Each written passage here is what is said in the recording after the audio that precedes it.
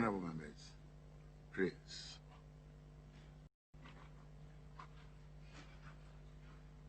Almighty God, we humbly beseech thee to look with favor upon this Parliament of the Republic of Ghana. Grant that it may perform its high duty as in thy sight. Give divine guidance to the President of the Republic. Endow members of Parliament and ministers of state with discernment and vision, integrity and courage, that through the living of this land and people may be well and truly served. And thy good purposes for the common human life be realized in our midst. Amen. O God, grant us a vision of our country, fair as it might be, country of righteousness, where none shall wrong his neighbor, country of plenty, where evil and poverty shall be done away with, country of brotherhood, where all success shall be founded on service, and honor shall be given to the deserving. A country of peace, where government shall rest on the will of the people and the love for the common good. Bless the efforts of those who strive this vision a living reality. Inspire and strengthen our people that they may give time, thought, and sacrifice to the spirit of the coming beauty of Ghana and Africa. Amen.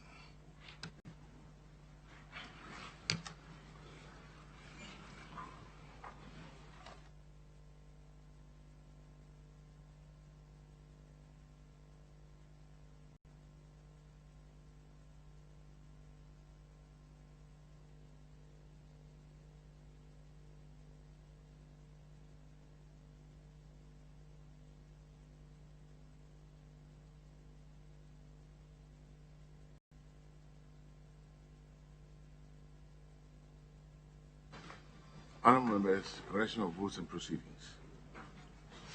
Page 1. Page 2. Page 3. Page 4. Page 5. Page 6. Page 7.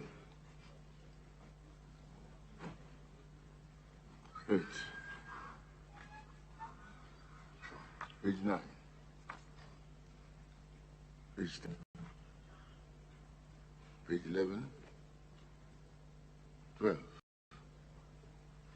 Page 13. Page 14. Page 15. Page 16. Page 17. Page 18. Page 19, page 20, page 21, page 22, page 23, page 24, page 25, page 26, page 27, page 28, page 29, page 30, 1, 32, page 33.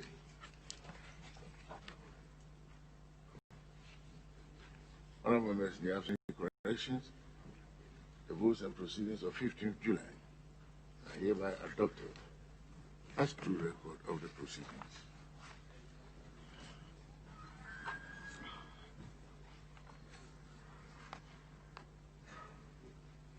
At the commencement of public business, item listed for presenting and first reading of bills. Minister for Local Government.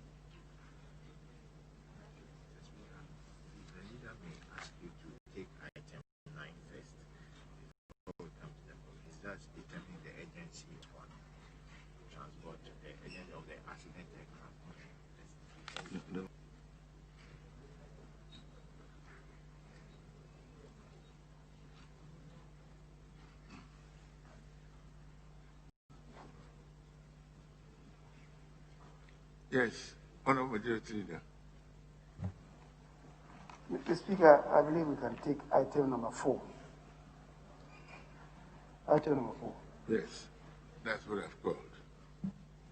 Minister for Local Government.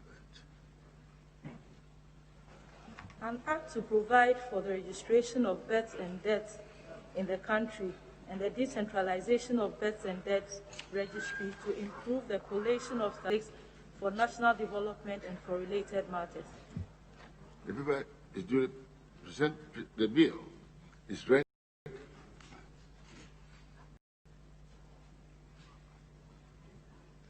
The first time, and it's referred to the Committee on Local Government and Rural Development for consideration and report. Honorable Majority Leader. Mr. Speaker, I thought to be able to deal with item number 6, but I noticed that the minority leader is not yet here. So we can stand it down and deal with item number 9. Item 9. Item number 9. Yes. Chairman of the Committee.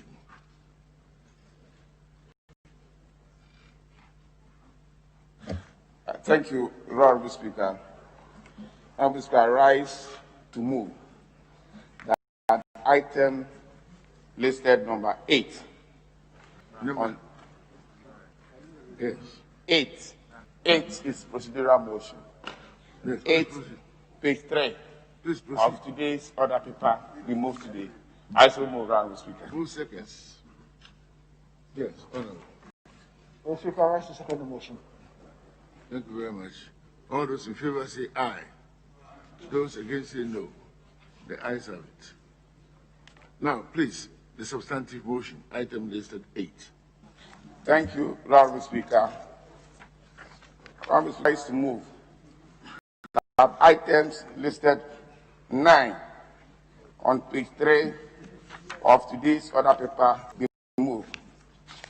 I so move, Honorable Speaker.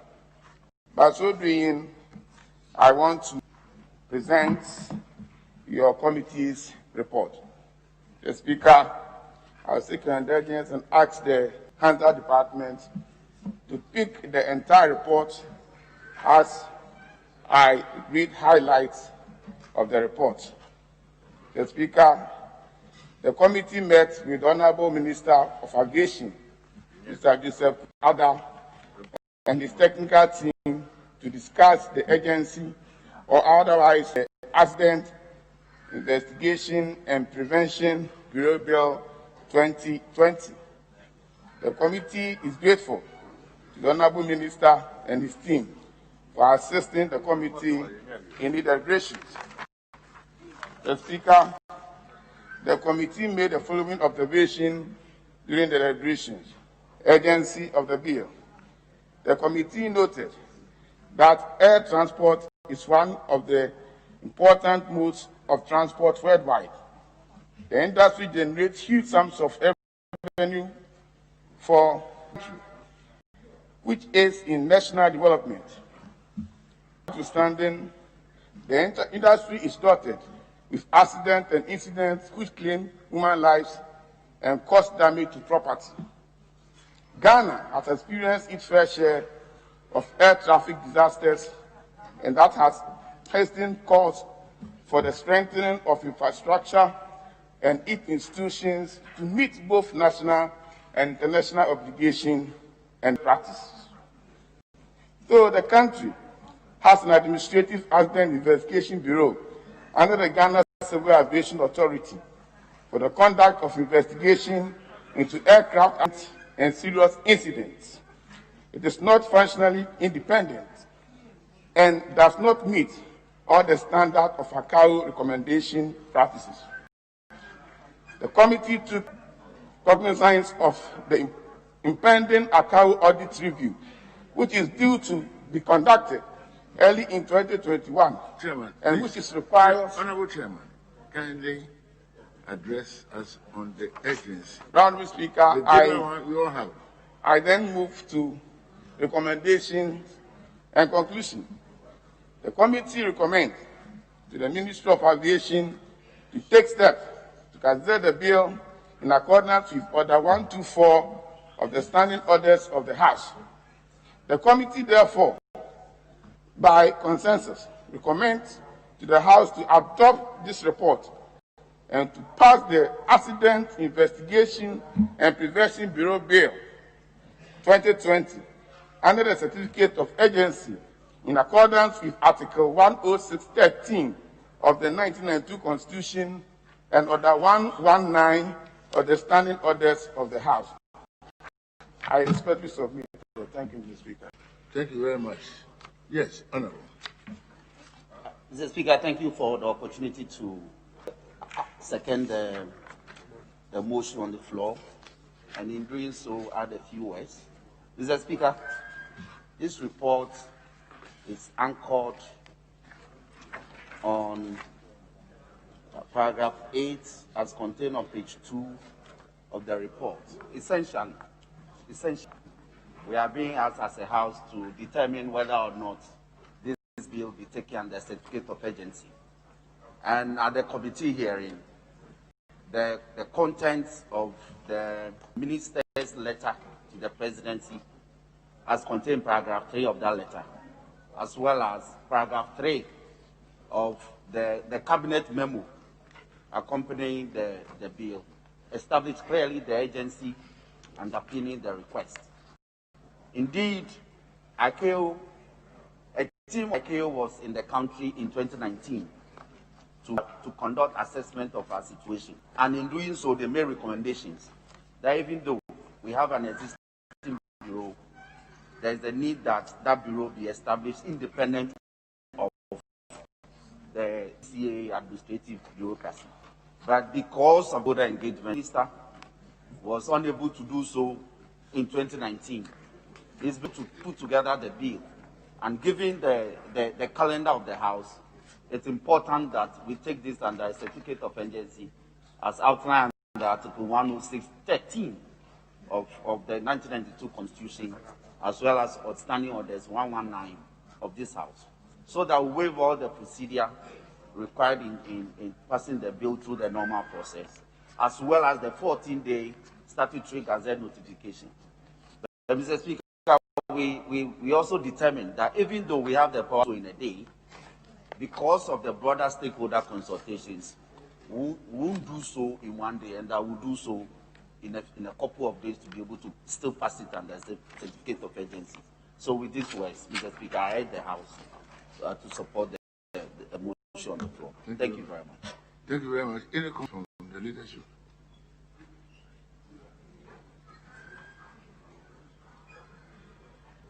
Honorable Hussaini. Mr. Speaker, this is a bill that was introduced in Parliament under a certificate of agency because of the nature of the bill. And the agency is determined, the agent nature of the bill is determined by the committee, and the committee has rightly come to the conclusion that this bill is of an agent nature. And it has done so because, Mr. Speaker, in 2021, Ghana will be subjected to an audit by the ICAO. And if we don't have this law in place, that will show a level of preparedness as a country to deal with aircraft disasters. Now we are in a lockdown. Immediately after the lockdown, immediately after coronavirus, people will begin traveling. The airline and aircraft industry will be important in moving people around. So it is important that Ghana has a clean sheet even before the coronavirus goes. And if by 2001 we don't have this one, 2021, we don't have one, it could hamper and militate against our chances of also taking our share out of aircraft travel. Even though, Mr. Speaker, internally, domestically, we have an arrangement for the purposes of investigating aircraft disasters, it is not consistent with the international standards. And if we have opportunity to pass laws that will give us the rate of an international standard, the earlier we did it, the better. And so, Mr. Speaker, I pray that Parliament treats this bill really, really of an urgent nature. Thank you. Thank you very much, Honorable. Yes, Honorable. Thank you very much, Speaker. I happened to be part of the meeting yesterday, and I believe that this bill is of an urgent nature to this degree. Looking at the timetable of this House and the ICAO review that this country is going to be subjected to, Mr. Speaker, the autonomy that is being sought for this very important agency is key to a very important sector of the economy, that is the aviation subsector. Mr. Speaker, even though according to the BC in 2019, plane crash fatalities fell more than 50% in 2019 with about 287 deaths. We believe that we need this autonomous body to be able to investigate these accidents and incidents according to the bill. It's not voluminous, I believe, and I think, and I must commend the Minister of Aviation for being proactive to enable this country meet the timelines as set out by ICAO. So, Speaker, with these few words, support the motion. I thank you very much. Honorable Minority Leader. Mr. Speaker, I should thank you for the opportunity and to associate myself with the comments made. The chairman and his committee recommended to us the utter urgency of this bill in order that as a country we will have room for air accident investigation. Mr. Speaker, my first observation is the committee's report, and Chairman, you will have to accordingly correct both your heading and every part in the bill. I have with me here a letter from the Office of the President dated 6 July 2020, letter from the Minister for Aviation dated 10 July 2020, and in the President's letter of the executive approval, Mr. Speaker, which you asked Table Office to correct a few days ago, that must be in this report. The President's letter in the first paragraph reads, and I quote, "The President has granted executive approval for the laying in Parliament of the Aircraft Accident Investigation and Prevention Bureau Bill." Therefore, not be giving us a report on Accident Investigation and Prevention Bureau Bill, which is not consistent with the referral from the Office of the President and from the Minister for Aviation. So accordingly, all aspects of this report must reflect same and reflect that important correction. Mr. Speaker, as for the urgency of it, even if we have to railroad it through, we should. Next time, the Minister for Aviation must be proactive. They should not wait till when we have only 6 months, then we are told that in January there is an urgent matter. We should act much more proactively to get the country ready. Mr. Speaker, I support it because we are positioning Ghana as an aviation hub, and we need to get ready as a country. As we speak, Qatar Airways have found some convenient work with Rwanda Air in the East African region as a new major hub. We expect our Ministry for Aviation to do more to attract many of the major players into the country. There are even, I'm sure when we come to the bill itself, we'll look at it. We haven't recorded much accidents over the period. Recently, a helicopter landed somewhere in Kumbu, and we needed to know what accounted for helicopter which was en route somewhere to end up its journey in Kumbungu. So we support you wholeheartedly, but look for more investment to attract the major airline into Ghana. I'm not too happy that all the major British Airways and others fly only one flight a day, between morning and afternoon. And therefore, the urgency of it, Mr. Speaker, we should support it. Thank you. Thank you very much. Honorable Majority Leader.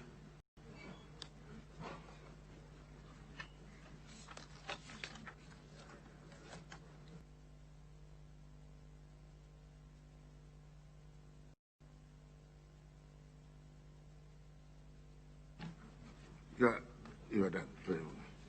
Honourable members, at the conclusion of the debate, I put all those in favour of the motion say aye. Those against say no. The motion listed 9 is accordingly adopted. Honourable Majority Leader. Speaker, the minority leader is yes, so I believe we can take item number 6. Item listed 6. Yes. Procedural, Honourable Majority Leader and Honourable Minority Leader. Speaker, I beg to move that not the provisions of Standing Order 80 sub 1, which require that no motion shall be debated and 48 hours have elapsed between the date on which the notice of the motion is given and the date on which the motion is moved. The motion adoption of the proposals for the enactment of private members' bill be moved today. I so move, Mr. Speaker. Honourable Majority. Mr. Speaker, I beg to second the motion. Honourable members, I put the question. All those in favour say aye. Those against say no. The ayes have it. Honourable Majority Leader and Honourable Minority Leader, the procedure motion has been adopted. The motion substantive 7. Mr. Speaker, I beg to move.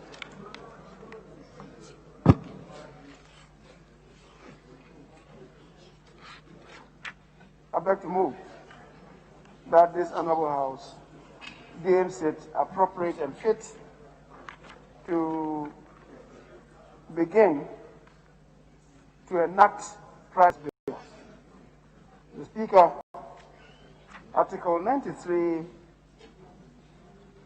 Clause 2 of the 1992 Constitution vests legislative powers in Parliament. Article 103, Clause 3, in particular, provides for Parliament to use the vehicle of committees of Parliament to generate proposals for bills. Speaker, the combined effect of Article 93, Clause 2 and Article 103, Clause 3 is that Parliament and members of Parliament can initiate the passage of laws by submitting proposals for bills. However, the Parliament of Ghana, like other parliaments in the established democracies, is prohibited or restricted from exercising unfettered authority to pass laws.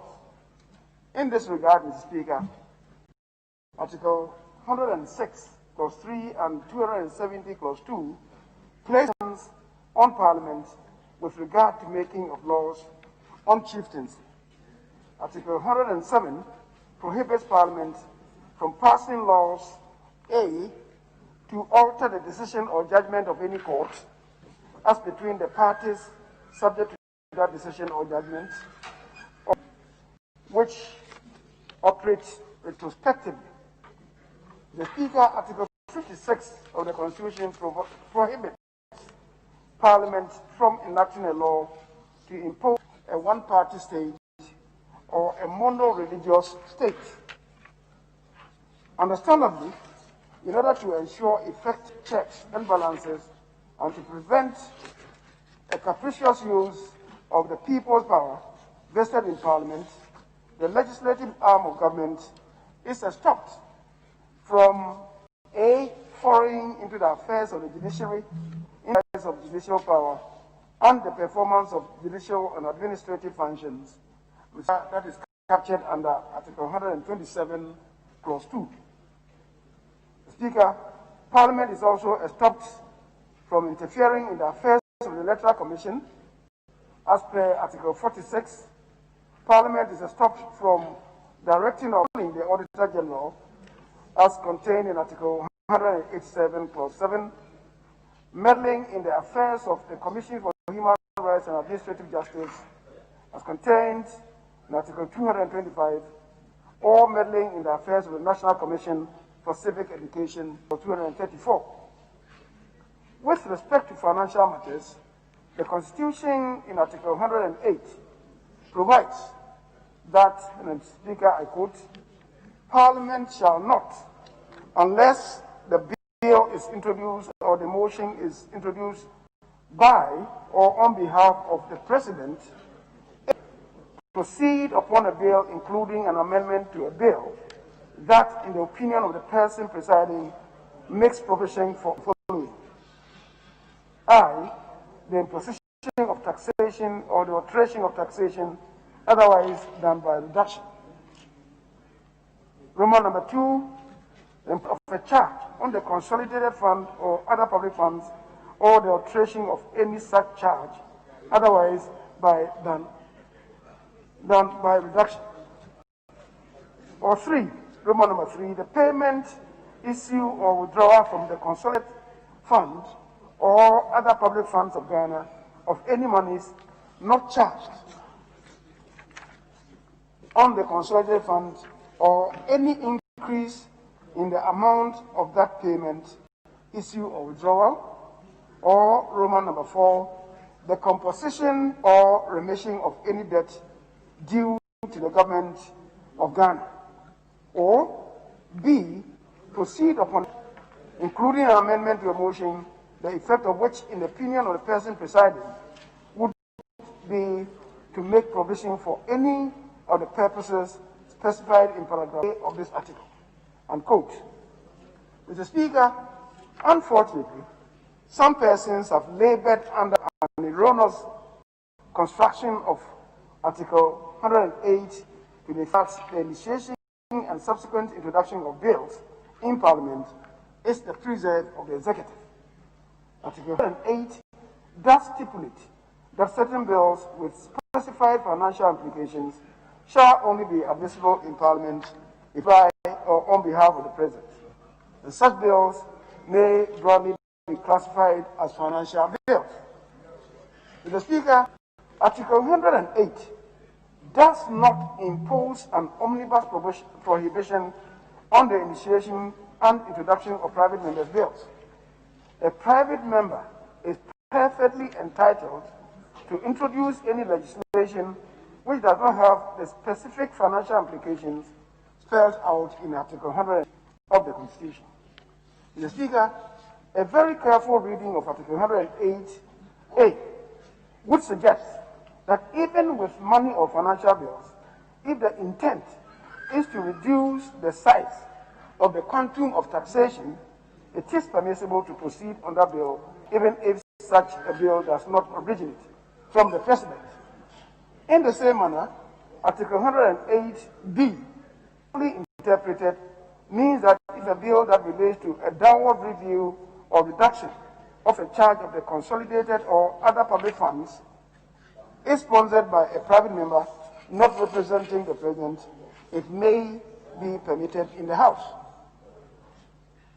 In any event, Article 108 confers discretionary power on the person presiding in the chair in Parliament over the particular parliamentary proceeding to determine whether the bill falls within the purview of Article 108. This means that the seemingly wide and exclusionary interpretation is left for the determination of the presiding officer of Parliament. Of course, the Speaker, in exercising that exclusive power, is himself or herself subject to Article 296 of the Constitution.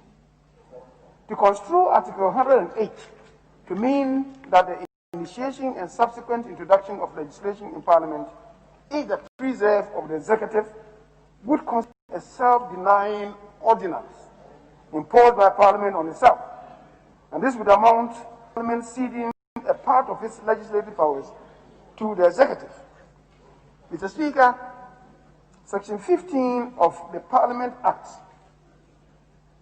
1965, Act 300, provides, and Speaker, I quote, subject to the provisions of the Act and of the standing orders, a member may introduce a bill or propose a motion for debate in or may present a petition to Parliament which shall be disposed of according to the standing orders. Mr. Speaker, so as far back as 1965, the Parliament of Ghana had granted itself the authority to make laws and indeed initiate laws suo motu.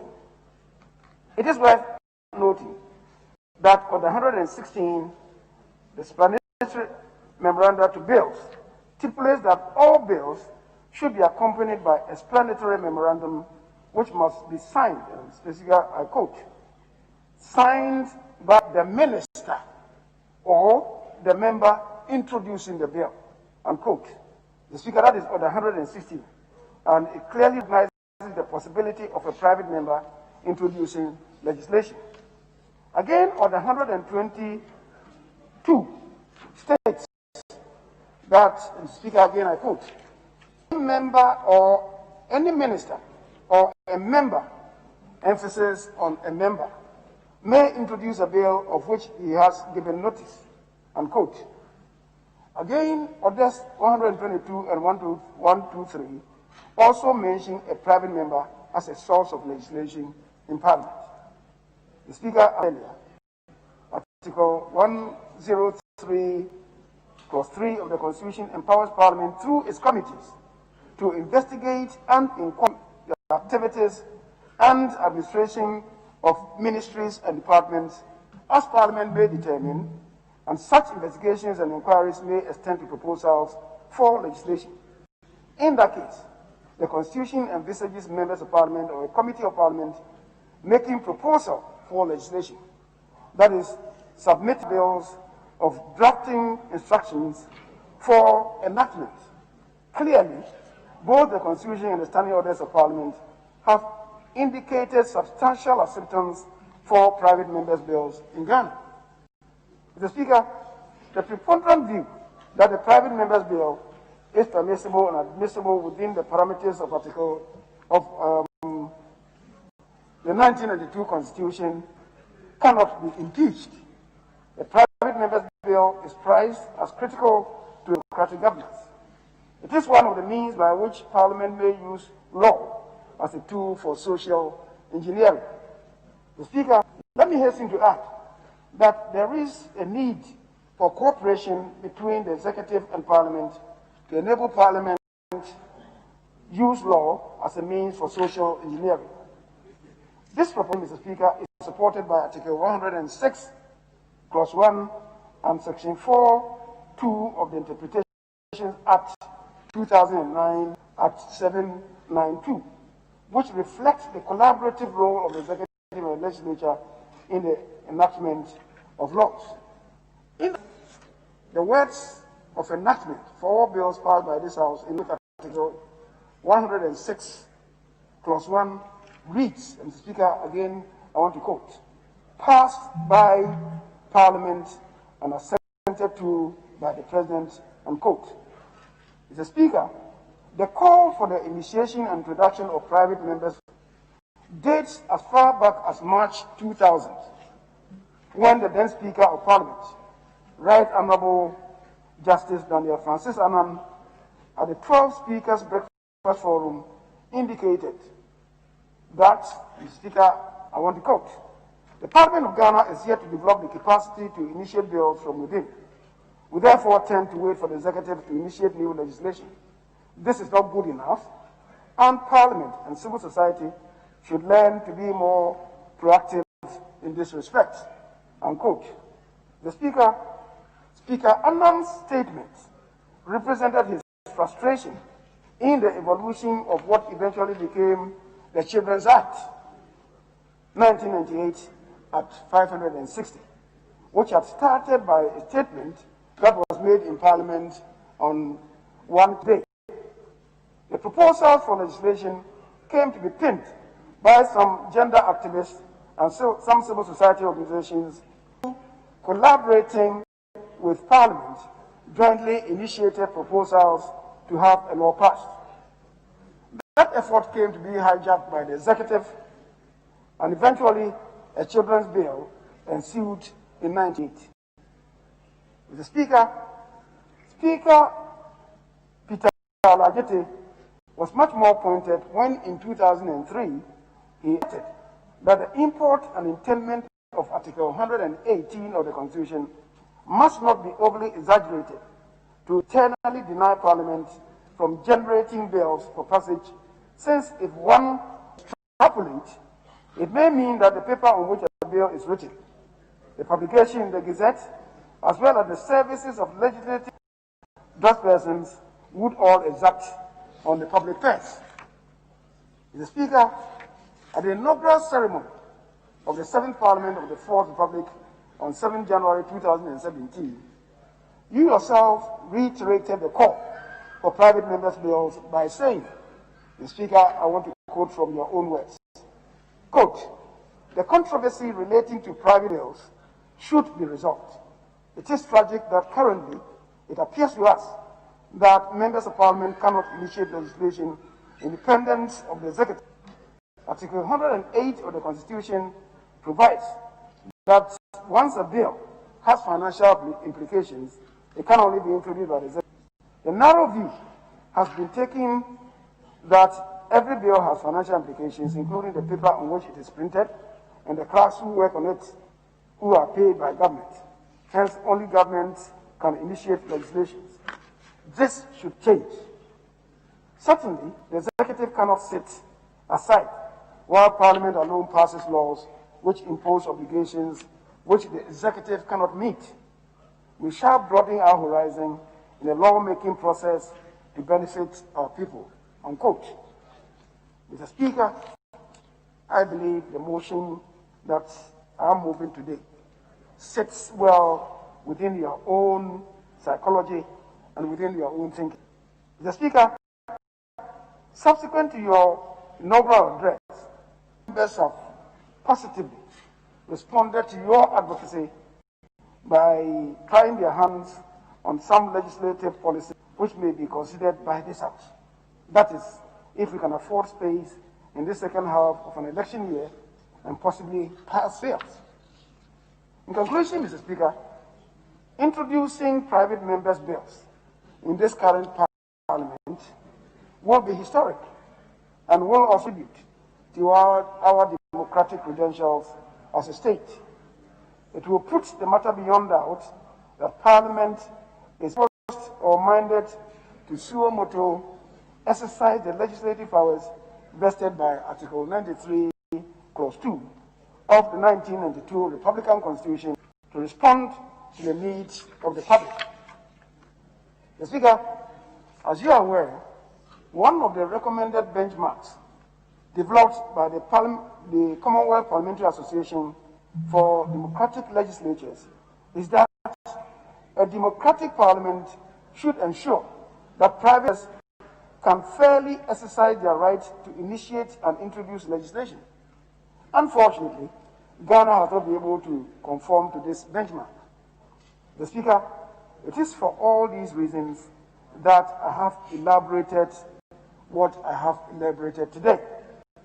And I invite all honorable members of Parliament to join ranks to support this watershed motion to liberate Parliament, the Parliament of Ghana, from this self-imposed subjugation in order for the Parliament of Ghana and members of Parliament to assume our constitutional right to initiate and indeed pass laws by the introduction of private bills and private members' bills in this august House.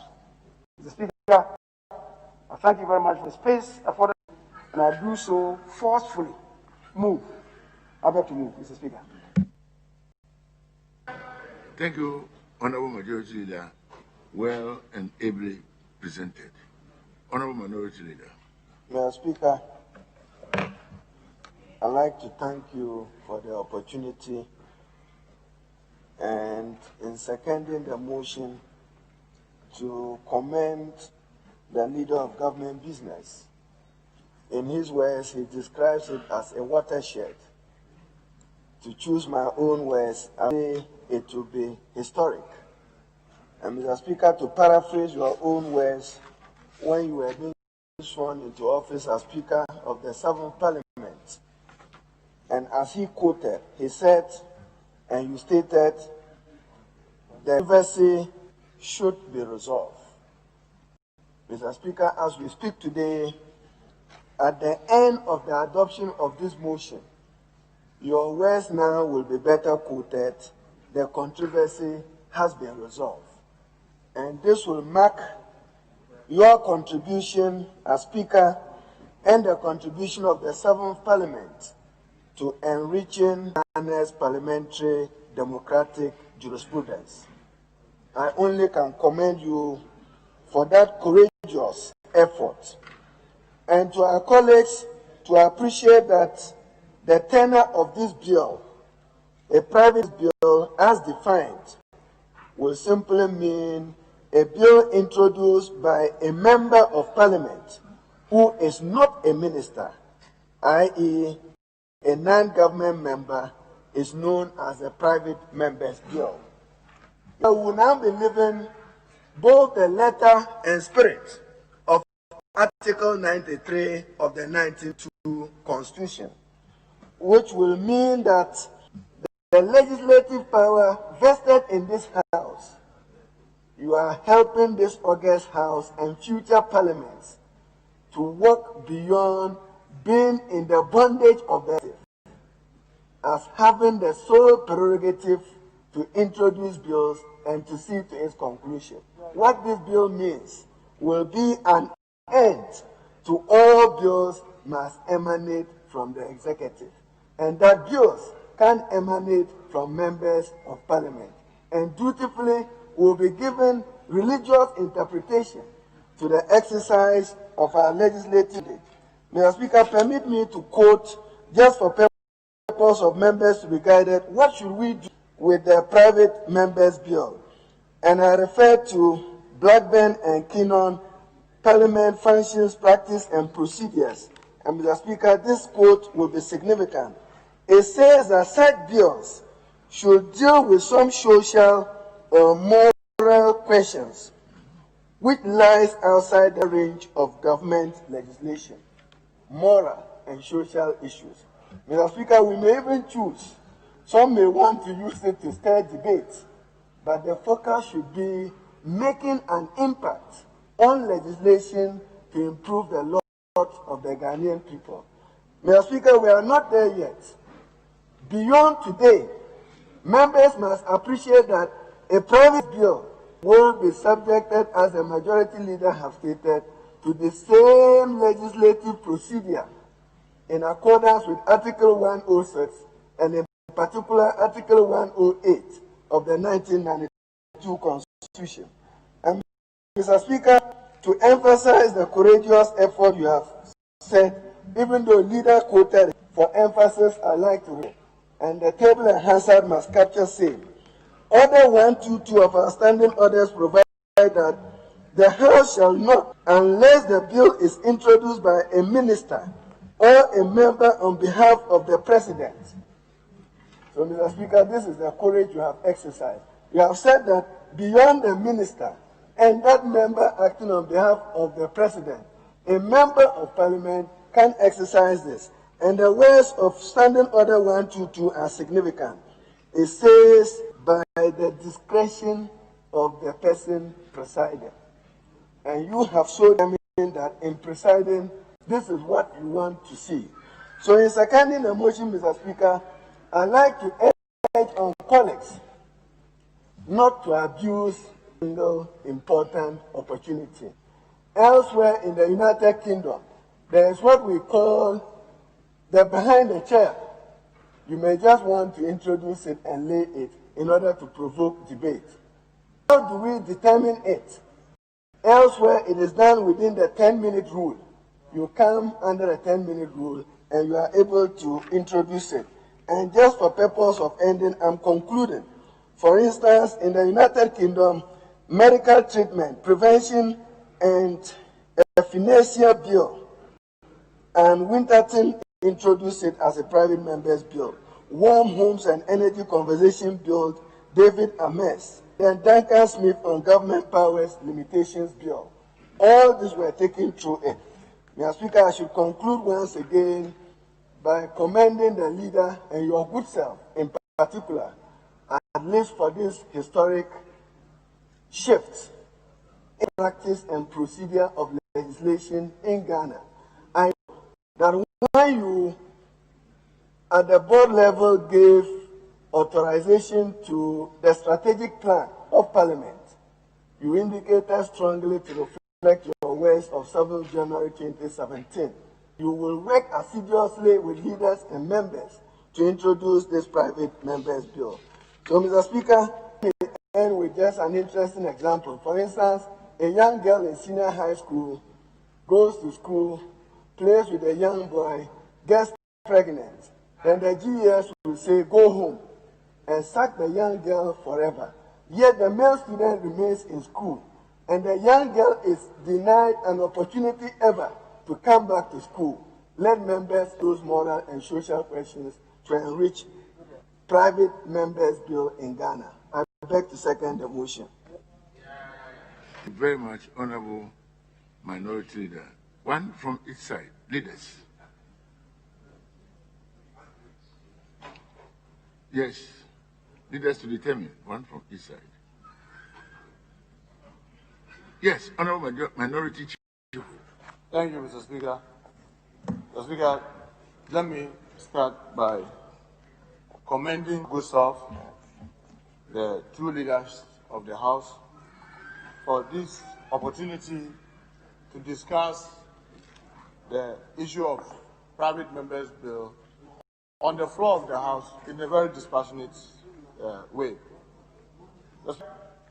Without repeating the relevant constitutional and standing orders that have been ably quoted by the Leader of the House and the Minority Leader, I must add that we should partly also blame us for our inability to be able to overcome this challenge for a very long period of time. The Speaker, like the Majority Leader rightly mentioned, there have been some times that attempts have been made. Some end up absorbed by government and being able to tailor them to the end. And those that I remember really, one was like the example Majority Leader gave, the Children's Act, that really emanated from civil society, and then the government picked it and able to finish it and became the Children's Act. The second one, Mr. Speaker, is the Presidential Transition Act that was also initiated by civil society, also ended up government absorbing it and finishing in the House. In the past, even though some of us came to meet 2-3 parliament that had already completed, one that I remember very well was when the two leaders, and if my memory serves me right, my Minority Leader, in the name of Honorable Alban Barbie and I think Honorable Felix Ejapong, even as leaders who tried to come together to pass through this House with the private members, they failed. Mr. Speaker, and I say ourselves have harmed ourselves in our inability to be able to see a single one going through. Mr. Speaker, why do I say this? Mr. Speaker, if you look at other jurisdictions where they have successfully been able to do this, Mr. Speaker, they have created time within the calendar of Parliament for it. So if you have a private members bill, you can exploit that because time has been allocated either a day or a particular period of time. Say every Wednesday is private members business and so and so. And many institutions that have successfully been able to do this. This is what they did by creating a dedicated time for it. So that while the dedicated time is there, like Mr. Speaker, you come after the preliminary, what do you call it, vote and proceedings, you go through statement, questions, then it comes on those days, you have it on the other paper, private members' business. So if there's none, then you know the public business or other business. We have, as a House, who have to create the time so that it encourages people who want to have this, know that this time has been allocated for this business, and therefore they will try to exploit it. What other things have they done in other parliaments to be able to encourage this? The Speaker, they have backbenchers day or backbenchers time, where a time within the calendar of Parliament every week is created to encourage backbenchers business.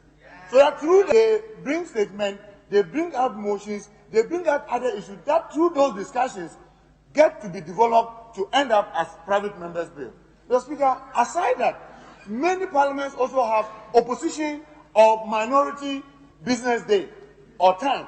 So that all these things those parliaments have done is an attempt to create dedicated time to encourage private businesses. Because the only way you can get private members' bill to go through is to start with private members' business, where you come and talk about other issues, motions and what have you. Yet in our standing orders, the way they've been together sometimes makes it very difficult, because you come and the majority leaders rightfully will say that, look, we have so much business, let's not dedicate so much time for this business. Sometimes, as Speaker, you see it, and it is not only today, even in the time past. I mean, I've had the privilege of sitting in opposition, government opposition, and you see all the time, even when I was the government whip or majority whip, you always be, with time, and you want all other business to stall so that government business can quickly run.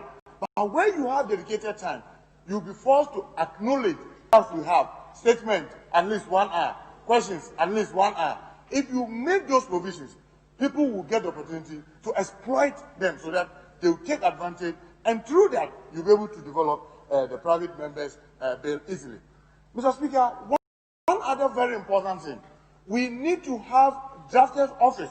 I can see the initiative, I can see the effort that you've made, that we have a legal person today in our midst, even though at the level of deputy director, she's doing so well, because I've interacted with her on a number of issues that I also wanted to bring up as a part of the discussion on this private members' bill. And you could see the commitment. She will come, go through the motions we do, copiously write notes. She goes to do the draft, send it to you. You could see, if we had a number of them, say 4, 5, with well-resourced office, you could see how much more they will be able to do. Because, Mr. Speaker, currently, if I remember very well, the Traffic Regulations Act, I know my colleague from Kumbungu is proposing some amendment. Very useful. Myself, I propose, Mr. Speaker, if you go to Europe, if you go to America, you just don't get up and start driving at 18. They make you start driving at 16 with condition. So you have 2-year gestation period. With 16, you cannot drive in the night. You cannot drive on a major highway. You cannot drive without a qualified driver sitting on. You cannot carry passengers. So that between 16 and 18, you are now driving slowly, being guided. Then when you are 18, then you'll be able to get the license that will enable you now drive like any other person. We don't have that. All we have is, so the moment the person turns 18, my son turned to a driving school, and then they gave me a certificate through that he acquired a driver's license. Mr. Speaker, come and see how many mirrors in my house, the vehicles that have gotten broken. Even though he is 18 and he has gotten driver's license. And now with that kind of driving, he's able to passengers. This is something that calls for amendment. And I don't see how this can hurt the person. Yet, Mr. Speaker, together with the other businesses, if I remember what the minority leader, the example that he cited, where a young in school gets pregnant and she gets disadvantaged for the rest of her life because GES rules will sack her and will not give her an opportunity. We need to legislate and put it in the Children's Act to prevent GES from doing that, because every person, whether young or old, sometimes makes mistakes in their life.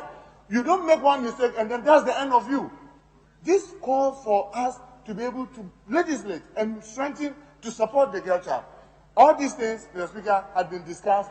Yet last week or last 2 weeks, when I took the opportunity to ask Majority Leader, what happened to all these good initiatives that we wanted to start? He said, the executive said, they wanted to look at their financial implications. Mr. Speaker, and I was worried, and I told him, yes, I know the Public Financial Management Act that we passed said that when bills are coming to this house, we should look at their implications. Yet we've seen so many bills that have come to this house from the government. They didn't attach to it the financial implications. Now members want to make some few amendments. After that one, they now want to take it through that process. Because if we allow that, then the greatest of respect, we should all forget that we may never get the opportunity to pass this. Because if the years come, we don't see the attached financial implications. When we try to make one, they quickly say for us to assess and look at the financial implications. And we allow that. That's why I said we are partly to be for the difficulties that we have. Because, Mr. Speaker, currently, the Honorable Dominic Ayini, my good self, Honorable Patrick Patrick Buama, and the Honorable Ben Abdallah, we came together to be able to develop the legal education, what do you call it, bill. Very elaborate. But, Speaker, if you look at these single amendments and the challenges they are going through, and now you want to come with a, you don't need to be told the frustration you made through. So, Mr. Speaker, I believe that your view and support about private members' bill is unquestioned. I mean, from day one, you said it. And I remember very well when you mentioned to me, I'll be grateful to see you pick personal interest in this. It tells me how you are attached to it. You want to be able to break that ice. Mr. Speaker, we as a House should make it a point to ease the barriers that have been mounted on the way of even simple amendments. But once we are able to do one simple or two, three simple amendments, it will pave way to even more difficult bills to be able to come. Mr. Speaker, everywhere in the world, you will see once the ice is broken, private institutions who may have direct or indirect interest will be interested in supporting the government to be able to even develop this better. I mean, I had the privilege of chairing the health committee, and I know we have this health needs. It's a private non-governmental organization. They gather a lot of data. They try to support it. And I know there are so many other committees in this house that have those kind of institutions that are backing them and supporting them with information and sometimes what they can do with that information. So, Mr. Speaker, with these comments, I hope as a House we'll find a way of jumping this hurdle so that at least it will be said that after 20-something years of our practice of the fourth week, this sovereign parliament have been able to break this ice. That will now give way for even better institutions and better arrangements to be made in this house to be able to carry on with the private members' bill. That will help not only our constituents, but even help our parliament to be the kind of everybody expects it to be. And then our country, I am sure, within the sub-region, will be setting a better. Thank you very much for the opportunity to contribute to this motion. Thank you very much, Minority Chief Whip, Majority Leadership. Honorable. Thank you very much, Mr. Speaker. Mr. Speaker, first, let me congratulate the maker of the statement, my very good leader, Majority Leader. Mr. Speaker, forgive me. The motion, my very good friend, the leader of the House, Mr. Speaker, for this, for me, a historic motion. Mr. Speaker, today would go down one way or the other as a historic day, no doubt about that. Mr. Speaker, on the one side, the House says no. It will go down as the day that this House decided that members of Parliament have no authority within the Constitution to come out with private members' bill. Mr. Speaker, on the other hand, if we agree today that we accept this motion and vote, it will also go down the annals of our parliamentary history that today, I think it's what, the 16th of July, the year of our Lord 2020, when this sovereign parliament of Ghana decided that it will prize itself out of the shackles. On the face of it, the impenetrable shackle placed on its way or in its path by Article 108 of the Constitution of the Republic. We're talking about other republics and what has been done, particularly we refer to the mother of all parliaments, Britain, what they have done. Look, I think the difference with those parliaments is that they don't have the header of Article 108. Look at the sting in the difficulties, the matters confronting us really, it's the clause 2 of clause A of the 108 article. This is where the ban, the apparent ban on us seems to be, again, I say on the face of it, seems to be total. Speaker, that is when he says that the imposition of a charge on the created fund or public funds of Ghana or alteration, it seems to be all-encompassing. And the rubric actually is a settlement of financial assets.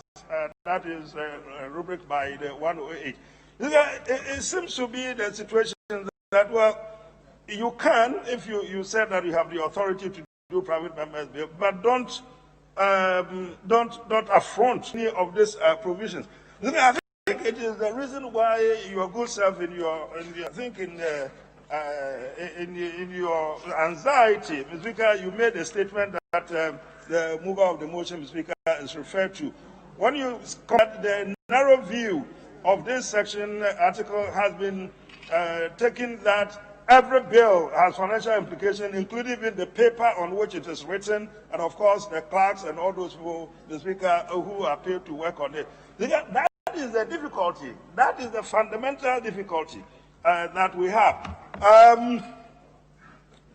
Which bill can we present that will not create the impression that, Mr. Speaker, we are working contrary to this particular provision? We shouldn't be in any doubt at all, Mr. Speaker, that it is impenetrable. We shouldn't be in any doubt at all that is going to present difficulties for us. I have thought many times myself, Mr. Speaker, about presenting something, particularly when I confronted, or I was confronted with fairly recently with the matter of what are fines and what are fines and levies. They have very fine legal meanings, legal distinction. Speaker, I looked around, we seem to have conflated the two. One would have thought that if the government didn't have the time to bring a bill, Speaker, for this sort of thing, a private member could do that. Frightened off by these provisions, we haven't been able to. I just checked. I've been told that indeed, since its inception, this new dispensation, 1992, Mr. Speaker, up to now, nobody has done it. No parliament has been able to do it. Mr. Speaker, it's a challenge. It's a challenge. We are happy if we're able to agree that we should be able to. Mr. Speaker, we are happy that we're able to do it. But of course, we should also, at the end of the day, be conscious of the fact that we operate within the confines of this document. Mr. Speaker, we should tread carefully. Not that we would tread, but we should tread carefully. But I think that we're going to make today a memorable day. I recall an occasion when the late Speaker, may his soul rest in peace, Honorable Peter Lagite, the Speaker made a statement. As far as he was concerned, there were no shackles at all. We shouldn't be frightened by the chains dangled by these provisions. In a way, we should go out there and bring our provisions. The Speaker, he egged us on to do it. We were not so bold. You yourself, the Speaker, is egged us on. We haven't been that bold. But I pray that going forward, we should be able to make some progress. It's been suggested that, the Speaker, well, fine, we come up with the bills, all right, but then what happens to time? Before the motion was moved, I discussed this with the majority leader. The Speaker, he may be quite comfortable with the private members, Mr. Speaker, presenting their bills for consideration by the House. There might be a situation where the government of the day, the leader of the day, is not enthused by private members disturbing, so to put it, the peace of the House with all sorts of bills. Speaker, what happens to tie? what times are allocated. I took the opportunity to have a close look at the parliamentary practice in May. I wanted just to refresh in my memory on the British the experience. I think, Mr. Speaker, and that's also what my good friend from Swansea, member from Swansea, was referring. They seem to have set aside Fridays for private members' bills. We're going to have a situation where we'll set aside a particular day, Mr. Speaker, to debate private member bills. The other worry is, yes, private member bills, but as happened to the Children's Act, if a government of the day, Mr. Speaker, hijacks, you bring a bill, and then the government hijacks it. Mr. Speaker, what do we do? Really, two issues. Either that the government hijacks it, or, as I said, the leader of the House decides that there is no time, Mr. Speaker, for private members' bill. Because these are issues that we should be looking at. It's about time that we are able to clarification of this matter, and members are able to put up, Mr. Speaker, whatever they think would are new to the benefits of this Parliament, and of course to the whole day. In looking at it, talking about a private member bill, I've also come across a private bill. I don't know, Mr. Speaker, if we lump the two together, private members bill and a private bill, or Mr. Speaker, we stick to private members and leave out the private bill. But I guess, why don't we start crawling before we attempt any 100 meters chase? So I think we would concentrate, Mr. Speaker, for now on the private members bill. But let us get out of Article 108. Whatever terror is presented to us, well, since 1992, we haven't been brave enough. We have been so timorous, we haven't been able to live up to the challenge. Let's come out of these shadows. Let's make today a memorable day. Let's pass the motion. Private member bill, members of parliament could bring their. There are many bills. I recall, actually not bills, acts in other parliaments. Issues, particular social issues, have come up, which, Mr. Speaker, has led to individuals, members, making sure that there are bills which are actually named after the occasions. There are those that are named after the individuals, for which reason the bill came about. There we have them. Let's start doing something in our country, at least by this Parliament. Mr. Speaker, if we are able to do that, the House knows. Mr. Speaker, he yourself knows. Your name will be written there in letters of gold. Mr. Speaker, it won't be silver, gold, polished gold, Obuasi gold, or Galamsey gold, pure alloyed gold. This was done at the time Professor Aaron Mike Okwe, my former minister, my very good friend to India. Mr. Speaker, all your credentials, Mr. Speaker, will be recited. And thank you very much for the opportunity, Mr. Speaker. Thank you. Thank you very much. Honorable First Deputy Speaker will conclude. Mr. Speaker, thank you very much for the opportunity to contribute to this debate. The debate is on a motion that this House adopt a proposal for the enactment of private members' bill. Simple. For me, it is the conclusion of things that have started over the years. The desire, listening to the majority leader, he has recounted an institutional memoir that he is. He has recounted occasions at which previous speakers have expressed their frustration that Parliament has not taken advantage of the constitutional and our own standing order arrangements to enact private members' bill. And indeed, some of the frustrations also stemmed from the fear that there were some hindrances. For example, we fear there were capacity challenges. If a member wanted a bill done, drafting same, couching it in such a language that it will not be in conflict with the Constitution. And sometimes our own interpretation of the constitutional injunctions placed on, in particular, Article 108, sometimes been interpreted in such a way as to be a fetter to the right of Parliament, as the arm of governance responsible for making laws, its own capacity to enact laws from within. Indeed, the Speaker, from the inception of your speakership, you indicated your desire to see an end to that frustration, to overcome whatever challenges there were, and to ensure that Parliament's rating changed from being incapable of initiating and enacting laws from within, to make sure that private members' bills were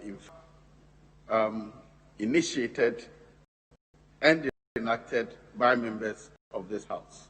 Indeed, Mr. Speaker, your inaugural speech, as repeated by the minority leader, captures it adequately, your own desire to see this happen.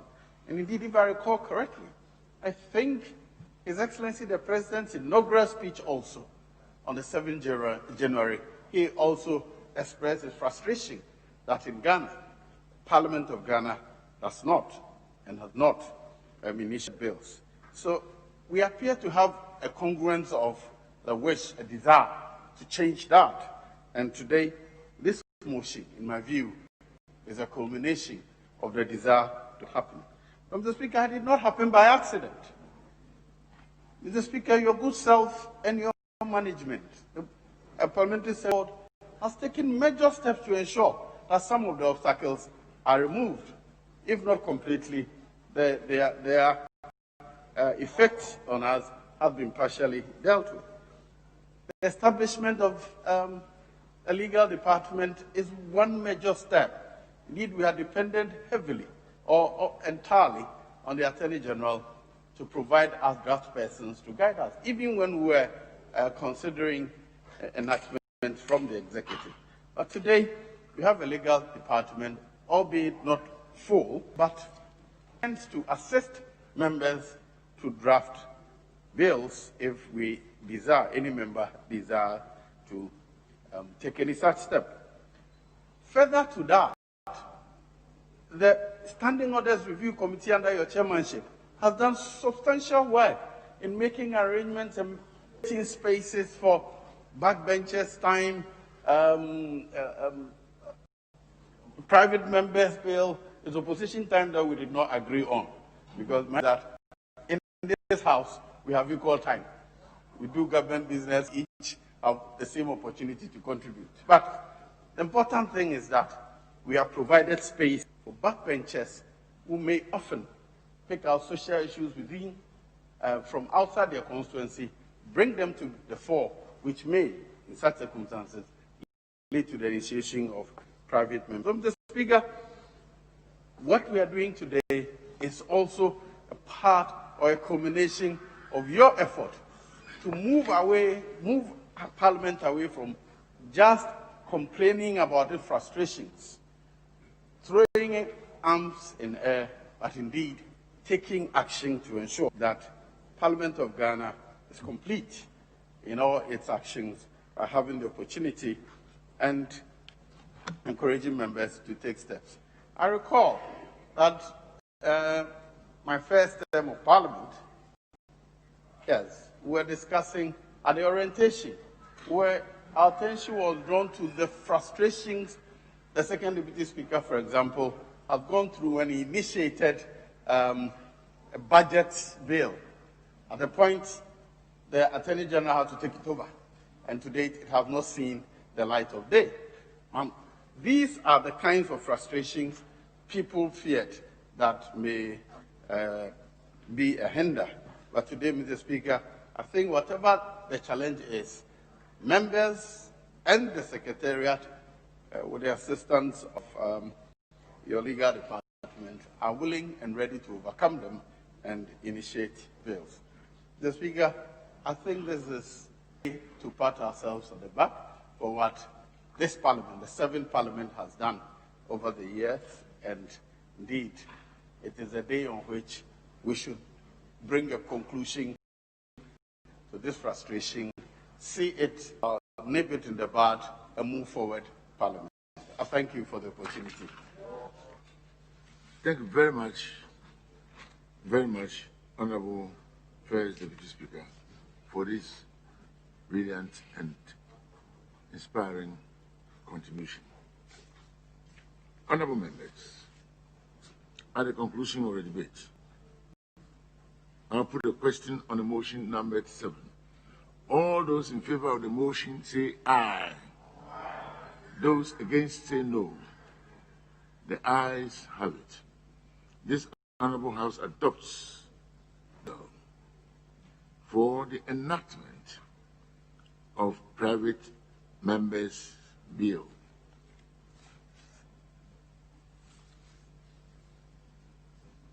Honorable members,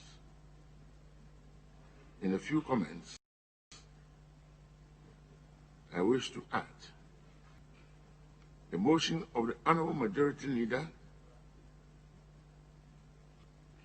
ably supported by the Honorable Minority Leader, is indeed a call in the right direction. And it's a time to appreciate the cooperation between the Deputy Speakers, the leaders, and the members of this House, which have made today possible. Throughout the Commonwealth, as in New Zealand, Australia, and Canada, and across many of the African countries, the enactment of private members' bills is now the order of the day. Though Article 93(2) of the 1992 Constitution vests legislative powers in Parliament, other provisions, including Article 46, 56, 1063, 1277, 1877, 25, 234, and 270, sub 2, sets out certain limitations on the legislative powers of Parliament. It is unfortunate that no private members' bill has been passed in this Honourable House, despite the fact that the Constitution and other relevant enactments permit honourable members to initiate and introduce for consideration. So long as a private member's bill does not offend Article 108 and will also not be categorized as what the British call a money bill, Parliament should admit the bill. It is imperative to indicate that private members' bills require consensus building across the political divide in this Honourable House. In fact, we are about to see a few of these very, very soon. At this stage, I refer the matter to the leadership of the Standing Orders Committee and the Committee on Constitutional, Legal and Parliamentary Affairs. The leadership should report to this Honourable House on 1. The appropriate procedure for the enactment of private members' bills in this Honourable House. 2. The approach that this House took in the implementation of Section 100 of the Public Financial Management Act 2016, Act 921.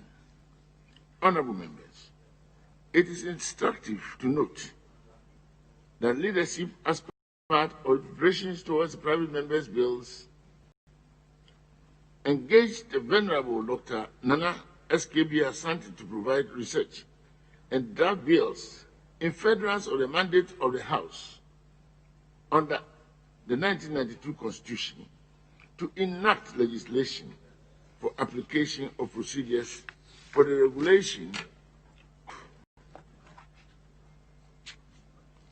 international business or economic transactions under Article 181 sub 5 and to regulate property rights of spouses under Article 22.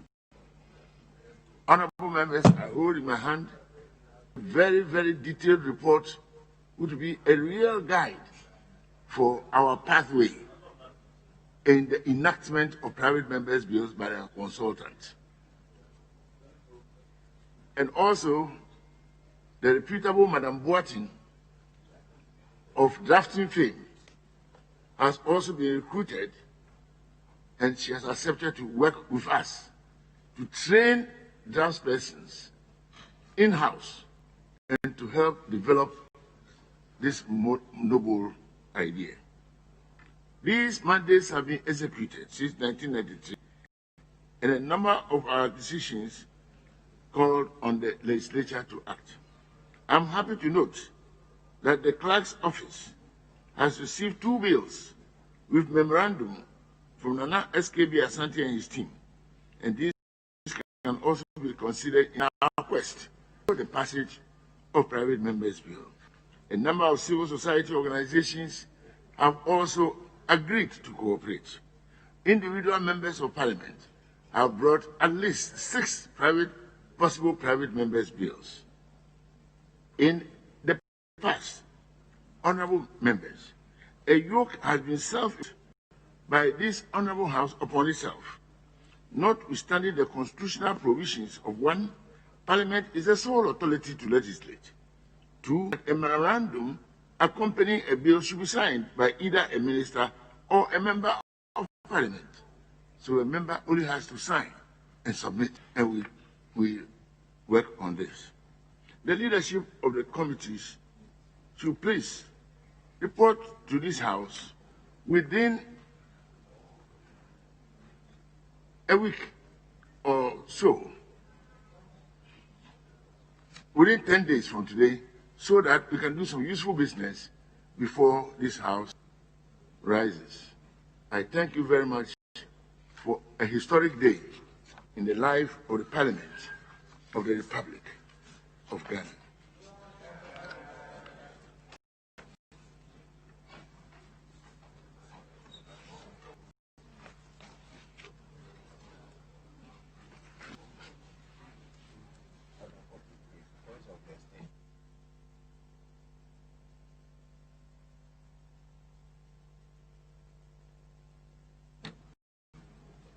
The time and business ahead of us, I dread that business be suspended and the hours of business be extended accordingly.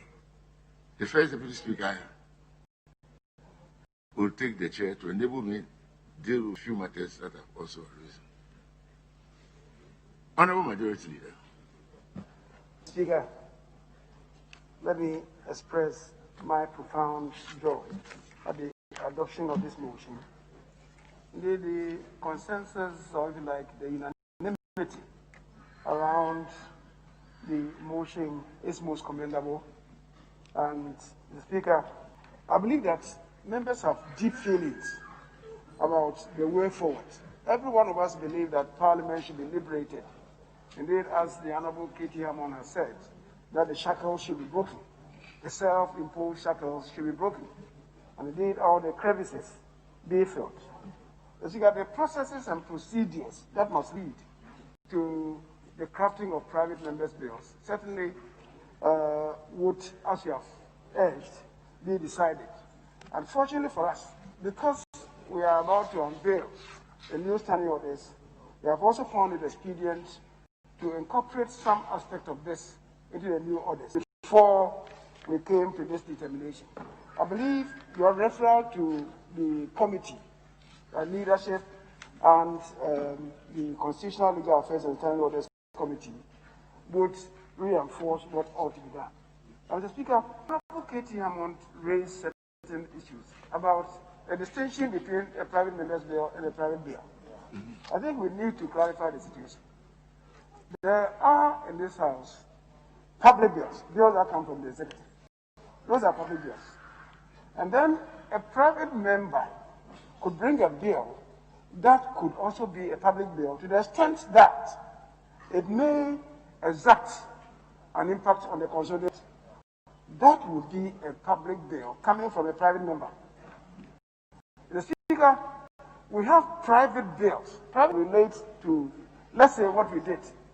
The COVID-19 bill, the trust fund, it ought to have emanated from a private member as a private bill.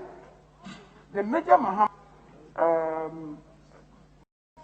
fund was also to have been a private bill. The Constitution in Article 39(2) talks about customary practices that are injurious to the citizens and that are not to be encouraged, to be indeed banished. If a member came out with such a bill, to emanate from a private member, it will be a private member's bill, but it will still be a private bill because it will not exert any toll on the consolidated fund or, to that extent, any public fund. But Speaker, all told, the issues that have been raised in respect of Article 108, what we have not even applied ourselves to is that the very Article 108, which seems to restrict Parliament, itself is some entrenched provision. It's a provision that could easily coming together, amend. And yet, it has been a yoke on this Parliament for umpteen years. I believe from today onwards, we should come to some determination. I believe with the necessary modifications, we can also amend that constitutional provision to liberate Parliament fully in the pursuit of business that we want to embark on. So, Mr. Speaker, once again, let me thank colleagues for their support. I think we are all united in this enterprise. We move Parliament forward the way that Parliament should be moved forward. Mr. Speaker, thank you. And I thank honorable colleagues very much. Honorable Minority Leader. Speaker, once again, I should commend you for the novelty.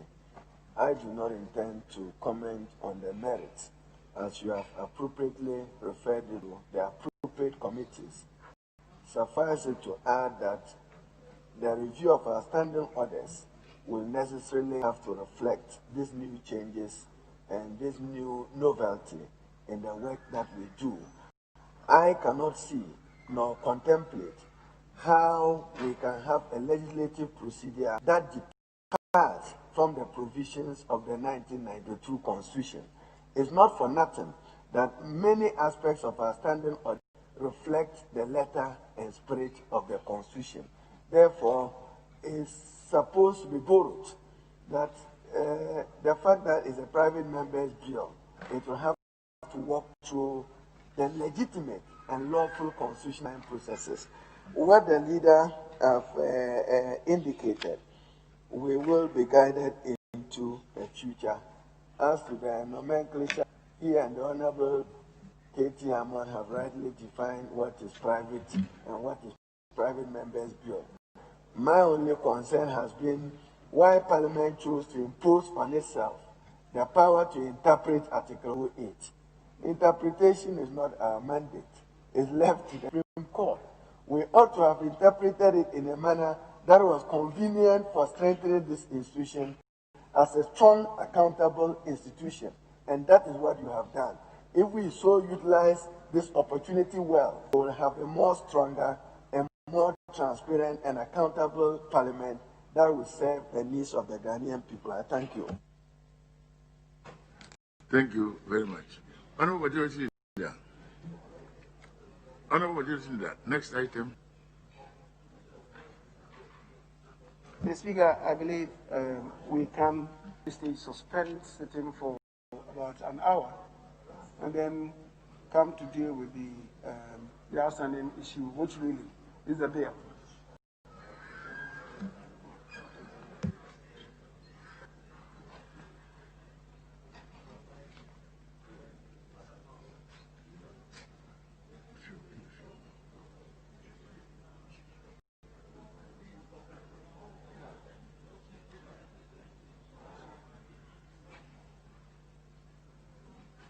Honorable Majority Leader,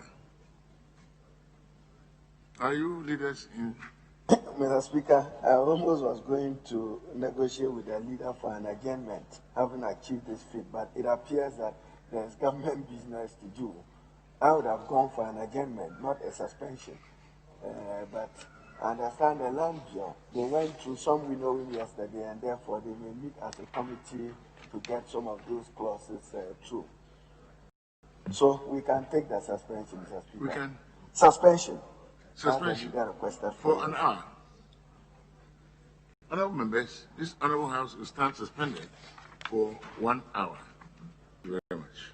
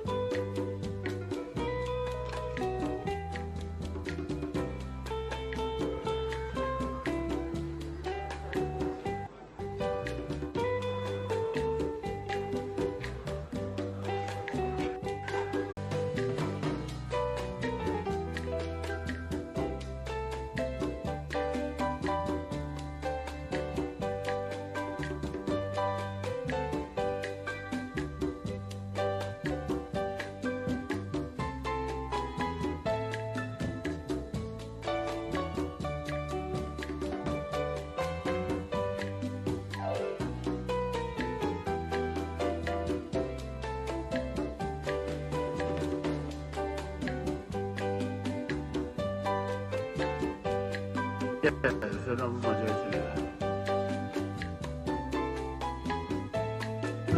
Speaker, I believe we can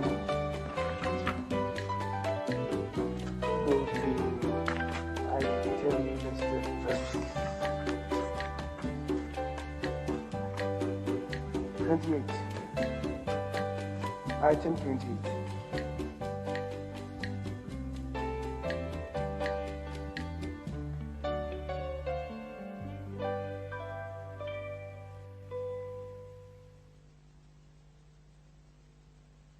Yes, item 28 on page 28.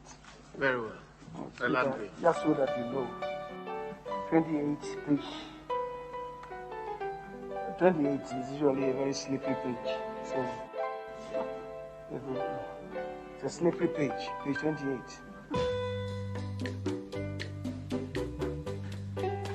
Item 8 on page 28.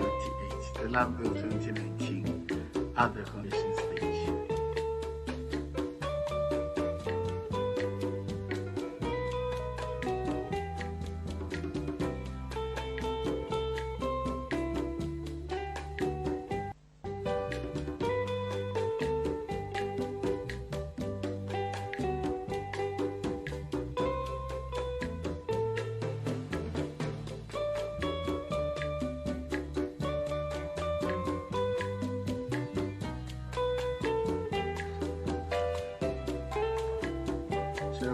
Clause 211.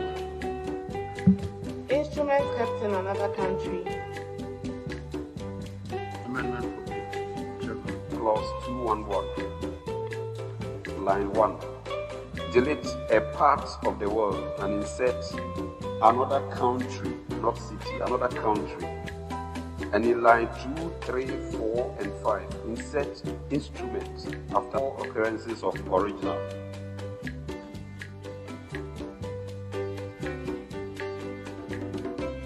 Enough members for the consideration of the House.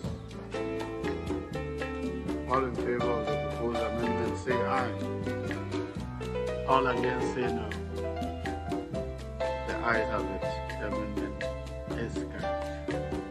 On clause 211 as amended shall stand part of the bill. All in favor say aye. All against say no. Ayes have it. Clause 211 as amended. Let them pass. instruments at the registry. Item X9. Clause 212, subclause 1, line 3. Delete or acknowledgement and insert the instrument. So the last line will be showing the date, and time of the receipt of the instrument. All in favor of the proposed amendment say aye. All against say no. The amendment is carried. Item XII.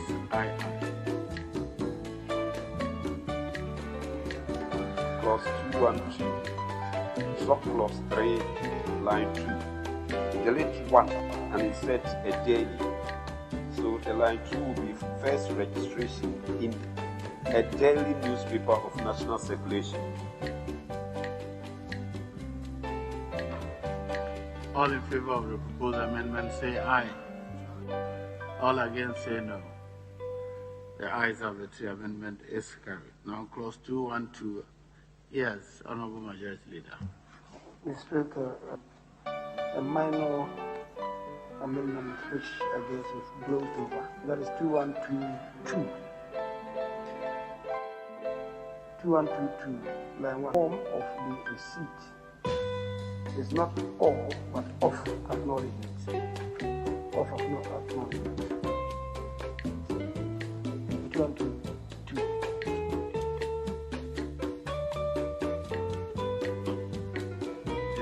Form of receipt, form of the receipt of acknowledgement or receipt for acknowledgement. Receipt of acknowledgement. Very well. Speaker, I'll take it from 2121 line 2. Shall issue a receipt of acknowledgement. So that one that's included in 2122. 2121 also has the same thing, receipt or acknowledgement. Receipt is of. intended to. Receipt of acknowledgement. The second one in line is what has been in our amendment. The time of the receipt of the instrument. All right. All in favor of the proposed amendment say aye. Aye. All against say no.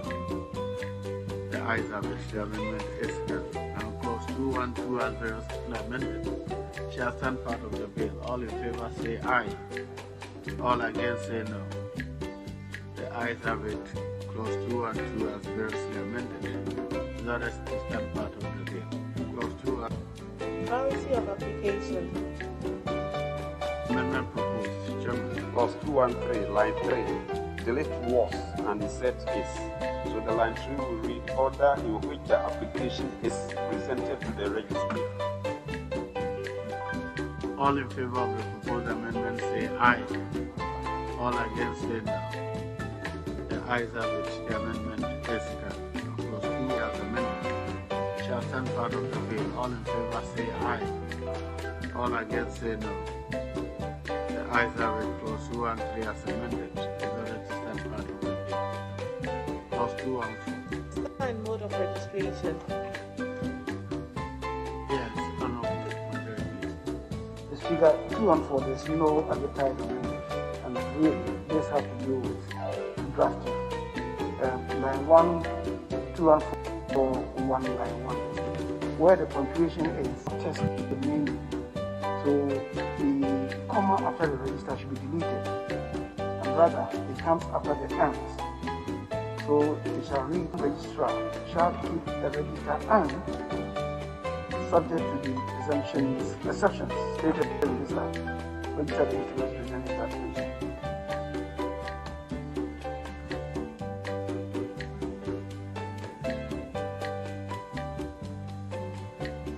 Comma after register is what you're talking about. That one should be deleted, and then it comes after the and. Yes. Very well. I'll direct the draft persons to remove the comma after in the first line. So clause 2 and 4 shall stand part of the bill. All in favor say aye. All against say no. The ayes have it. The amendment, clause 2 and 4 is ordered to stand part of the bill. Clause 2 and 4. Tampering and filing of duplicates or copies. Item XIV, Chairman. Clause 215, line 3. Delete the R and insert the duplicate or copy is.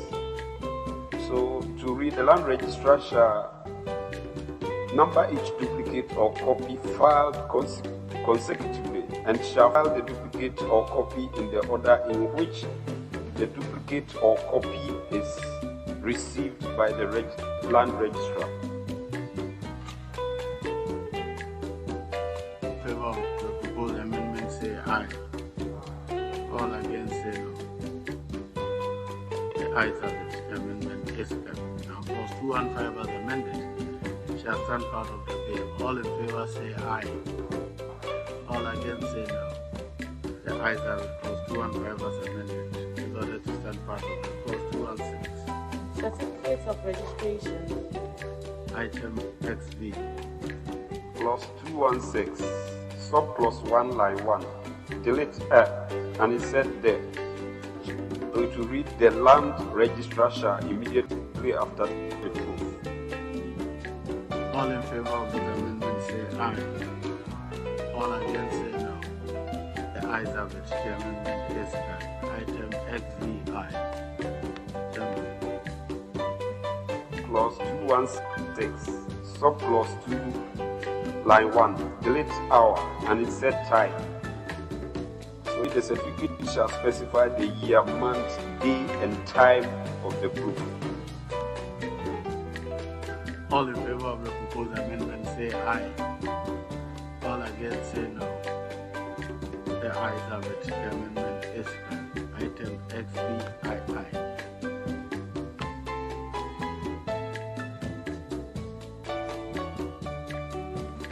Clause 216, subclause 3, draft as follows. Where the instrument is ultimately registered, the year, month, day, and time specified in the certificate for the purpose of this act is the year, month, day, and time at which the instrument was registered. All in favor of the proposed amendment, say aye. All against, say no. The ayes have it. The amendment is carried. Now, clause 216 of bill shall stand part of the bill. All in favor, say aye. All against, say no. The ayes have it. Clause 216 of bill shall amended. So that is stand part of the bill. Clause 217. Endorse the instruments. Amendment proposed. Chairman. Clause 217, line 1, delete and insert the. And in line 2, delete that and insert the. And further in line 3, delete the latter and insert the other. That order. So the rendition will be the instrument endorse another instrument. The element.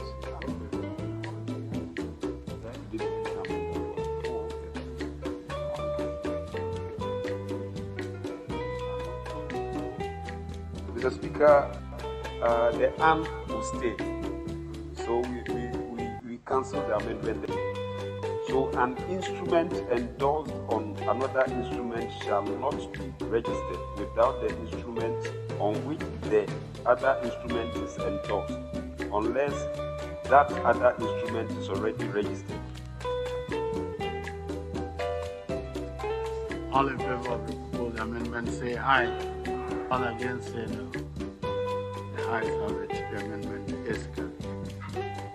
Clause 217 as amended shall stand part of the bill. All in favor, say aye. All against, say no. The ayes have it. Clause 217 as amended is ordered to stand part of the bill.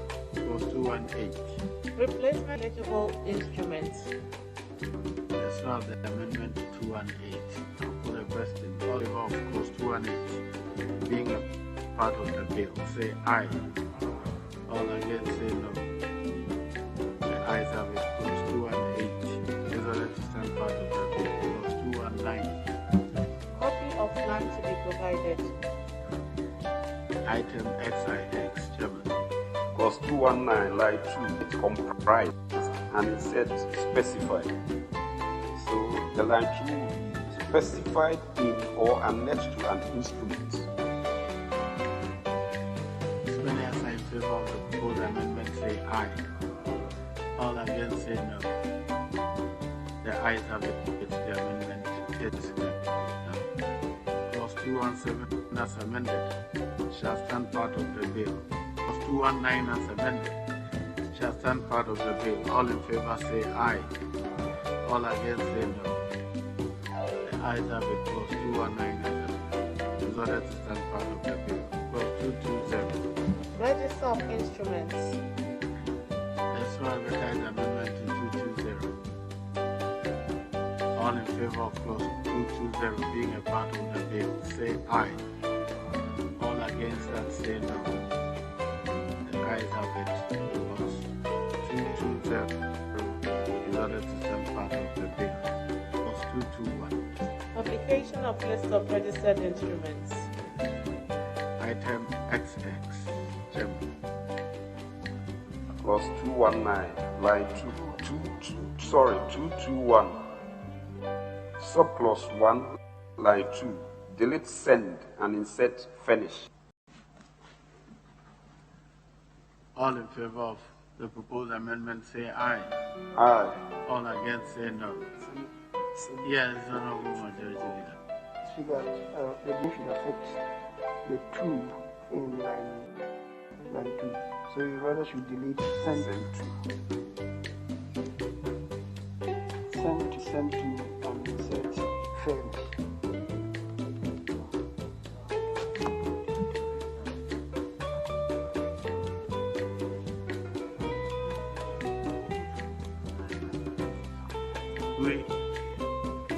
The advert said we delete send only, but we should delete to as well. Yes. All in favor of the proposed amendment say aye. All against say no. Yes, Honourable Member for Ho West. Thank you very much, Honourable Chair. Speaker, if you can permit me to go back to 218, even though the question has been put on the 218. Let me finish with 221 then, and I'll give you. Clause 221 as amended shall stand part of the bill. All in favor? Sorry, we are not done with the amendments. All right. So let me finish with 221 entirely, then I'll come to you. Item XXI. Clause 221, subclause 2, line 3. Delete 1 and insert and in line 5 at end add a copy on the website of the commission. So it will read on receipt of the list, the director of the Land Registration Division shall within 14 days compile one general list which shall be retained in the director's office and shall send a copy of the general list to the land registrar in charge of each office and publish the general in a bulletin approved by the Lands Commission and on the website of the commission. All in yes, Honourable Leader. Speaker, I believe a few things have been left out there. First of all, the director's office should read office of the director. Office of the director. Instead of the director's office. And then that is in line 3. And then we repeat the director. And the director shall furnish. And the director shall furnish a copy of the general list to the land registrar in charge of each office and publish the list in the bulletin approved by the Lands Commission. So let's tidy up that place. In line 3, this office should read of the director, and then following after that, we shall have, and the director shall furnish a copy of the general list to the land registrar in charge of each of the office. Yes, Honourable Deputy Leader. When we use furnish in 221.1, we delete it as well. furnish the director of the land. Here, they are saying that we should maintain the two. Shall furnish a copy of the general list to the land registrar. So let's look at it carefully.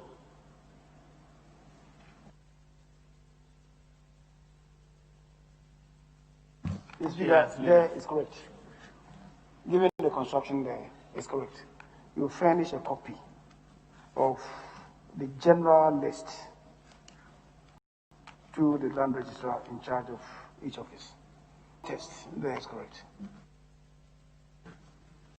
So, yes. But Mr. Speaker, we are furnishing the land registrar with a copy of the general list. We are not actually furnishing a copy. We are furnishing the land registrar with a copy of the general list. So, again, it doesn't follow that if you said, shall furnish a copy of the general list to the land registrar. If we can change it to say, shall furnish the land registrar with a copy of the general list, just to make it more clear. Mr. Speaker, I believe we can leave that one to the draft person. Follow what he said. We could say, and shall furnish the land registrar in charge of each office a copy of the general list and the general list in the bulletin approved by the Lands Commission. That re-engineering, I guess, would be appropriate. So kindly read out the new rendition. On receipt of the list, the director of the Land Registration Division shall, and Speaker, if the class at table will listen to me so that they don't get it wrong, because they're also busy on something else. They're busy on another project. So I'm saying, if we can have it this way, on receipt of the list, the director of the Land Registration Division shall within 14 days compile one general list, which shall be retained in the office of the director, and the director shall furnish the land registrar in charge of each office a copy of the general list and publish the general list in the bulletin approved by the Land Commission. And on the website. And on the website. And on the website of the Commission. Very well. All in favor of the proposed amendment say aye. All against say no. The ayes have it. The amendment is carried.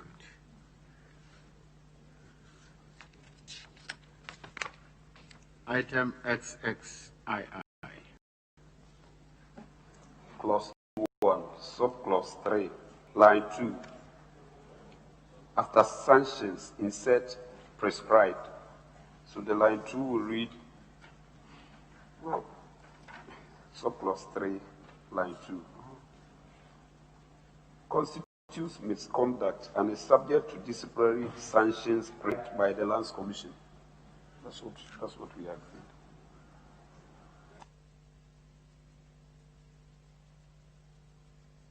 Yes, Honorable Majority. Speaker, 2213. We're here talking about the failure of the director of the Lands Registration Division. So it's failure by the director of the Registration Division.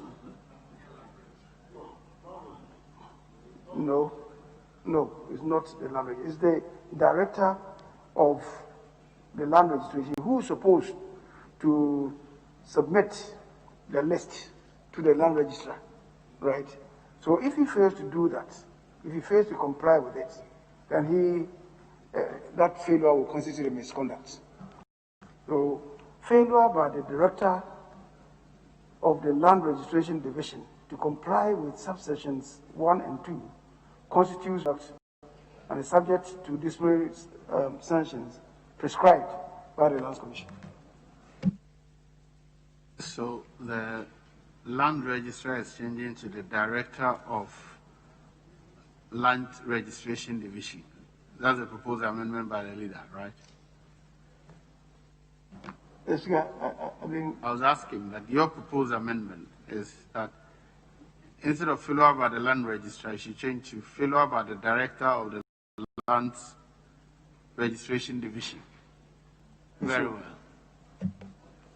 Yes, Honorable Chairman. Mr. Speaker, I think that we need to be clear as to who has which responsibility to discharge. If you read 2211, no, 2211, 2211.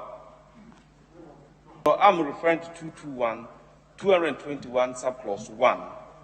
An obligation is placed on the land registrar to do a certain act. Mr. Speaker, if you read 2211, it says within 10 days after the last day of each month, the land registrar in charge of each shall send.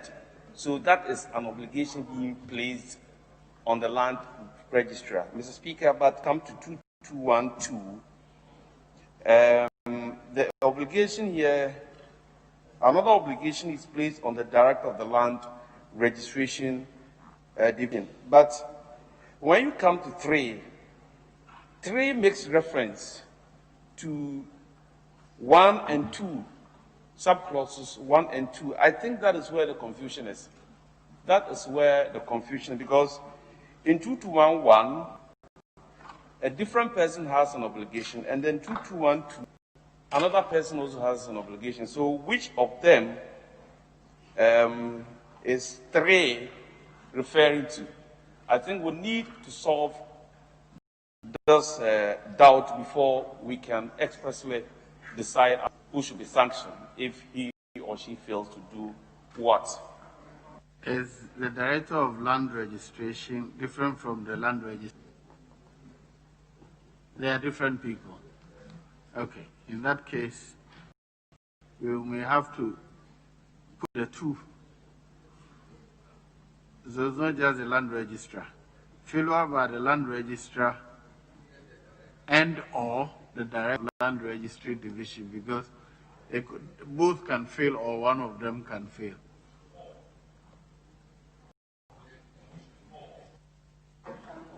And all. But I'm saying you can delete, so we can delete and then he said all. In that case, the new rendition will be filled by the land registrar or the director of the land registry division to comply with the subsection 1. So all in favor of the proposed amendment say aye. All against say no. The ayes have it. The amendment is carried. Now the question is, clause 221 as variously amended shall stand part of the bill. All in favor say aye. All against say no. The ayes have it. Clause 221 as variously amended. Sorry to stand part of the bill. Clause 222. Such as copies and extracts. Amendment. Yes, Honorable. Thank you, Mr. Speaker. Mr. Speaker, yes, even though there was no advertised amendment for 218, clause 218, I've noticed that line 1 of 218, I've noticed that, 218, line 1, where in the opinion of a land registrar, I think it should rather read in the opinion of the land registrar, because almost all the rendition we have the land registrar, the land registrar, the land registrar. Here he's saying a land registrar. We have different lands that will be referring to. This I just want to draw out. Yes, it's correct to begin there with a land registrar, because there are many land registrars. Others have their own land registrars. It's not just one. So there are different land registries. So any one of them could be very well. Clause 222. such as copies and extracts. Chairman.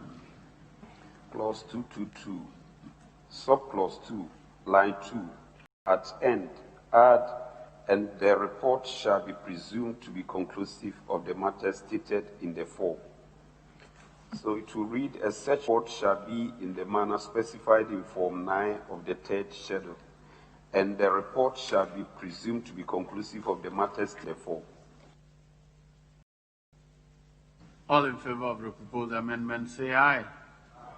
All against, say no. The ayes have it. The amendment is carried. Item XXIV.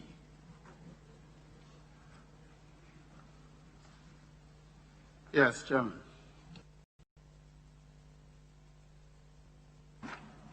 Clause 222. Yes, subclause 2. Yes, clause 22. Clause 222. Add the following new subclause after subclause 2. A search report shall provide information on registered instruments and pending applications for the registration in respect of the same portion of land in accordance with regulations made under this Act. Honourable members, all in favor of the proposed amendment, say aye. All against, the ayes have it. Amendment is carried. Item XXV. Clause 222, subclause 3. Delete and insert the following. The Lands Commission shall, on application under subsection 1, and upon payment of the appropriate fees, allow the applicant to inspect at a reasonable time a record, register, or list in the custody of the Lands Commission, and the Lands Commission shall, on request, provide certified copies of or extracts from the record, register, or list. Yes, Honourable Leader.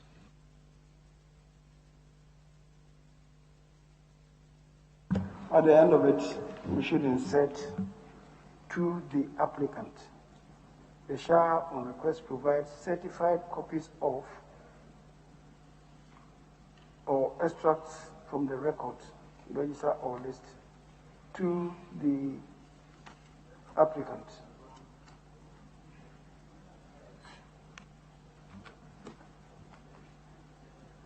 Very well. All in favor of the proposed amendment, say aye. Aye. All against, say no. The ayes have it. The amendment is carried. Now the question is clause 222, as variously amended, shall stand part of the bill. All in favor, say aye. Aye. All against, say no. The ayes have it. Clause 222, as variously amended, is ordered to stand part of the bill. Clause 223. Yes, Honourable Leader. Mr. Speaker, I don't know whether you would want to relax the rules for us, but by what you have done at 222, we really ought to affect same and effect the same amendment to 131.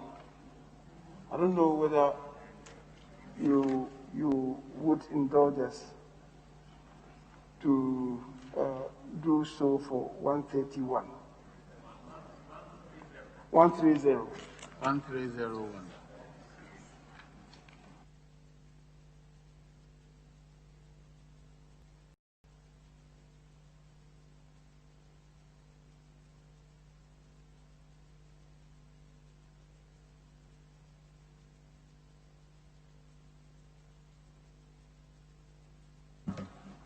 Land registration, and this one, I thought this is general. Yes, if you indulge me, the 2221, you know, we have stipulated some time frame that an action must be within 14 days after the payment of the prescribed fees. But same was not specified in 131. We felt that we should go back and effect same or similar amendment to 131 at the end of 131, 130.1, so that it will read, conduct, I'm taking it from the last but one line, to conduct an official search in the land register or on the registry map. Then at the end we'll add, and the land registrar shall within 14 days upon the payment of the prescribed fee issue to the applicant a report of the results of the search. The Speaker, this then would mirror what you have in 2221. Very well.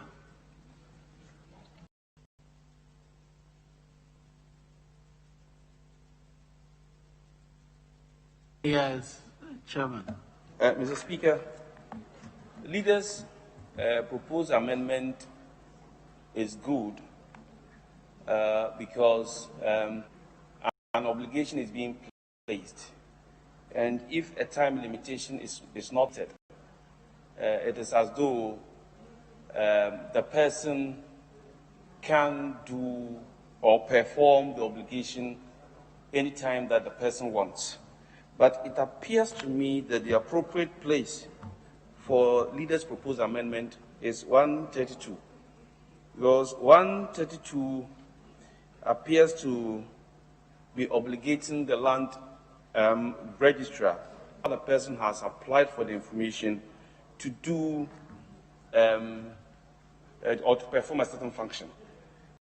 It says, Mr. Speaker, with your permission, if I may read, the land registrar shall issue to an applicant under subsection 1 the result of the search as specified in Form 9 of the third schedule, which shall be presumed to be conclusive of the matters stated in the form, Mr. Speaker.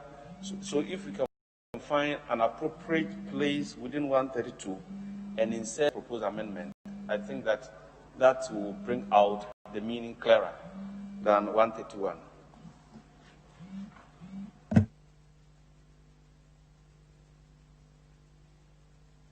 Mr. Speaker, the 2222, as amended by the chair, at the end of it, what we have here, a search report in the manner specified in Form 9 of the third schedule. Then he adds, and the report shall be presumed to be conclusive on the matter stated in the form. Right? So here, we're talking about the conclusiveness of the matters contained in the form, in the report. Once you have it, it concludes it. And that obtains in 132. 132. Except that in the 2221, sub 1, where there is an imposition of a time frame, same, that is for the delivery of the report, same is not incorporated in 131. So we just want to add that element, that within 15 days, the report should ensue, right? Now, the 132 is just saying that that report shall be deemed to be conclusive, which is replicated in 2222. So we just need that little leg. Chairman, I'll get you. I'll direct the draft to redraft that in terms of that is so that we don't go back to take it during the second consideration. So, Mr. Speaker, with that understanding, we can leave it to the draft persons. I direct the draft persons to redraft 1302 to reflect the period within which the search will be released. Yes, Honourable Member for Tamale North. Okay, right, Honourable Speaker, I think you have already given the direction to the drafters to look at it, so take guidance. Thank you. Yes, so we're on 223. Item XXVI. Refusal of registration. Clause 223, paragraph D, line 3. Delete instruments and he said instrument. Person executing the instrument. All in favor of the proposed amendment say aye. All against say no. The ayes have it. The amendment is carried. Now clause 223 as amended shall stand part of the bill. All in favor say aye. All against say no.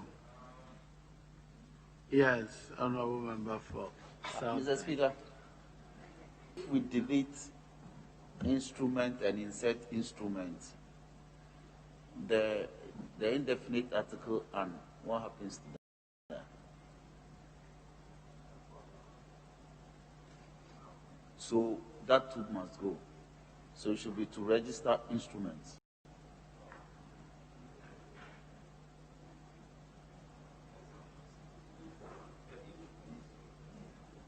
Is the D? Very well, very well.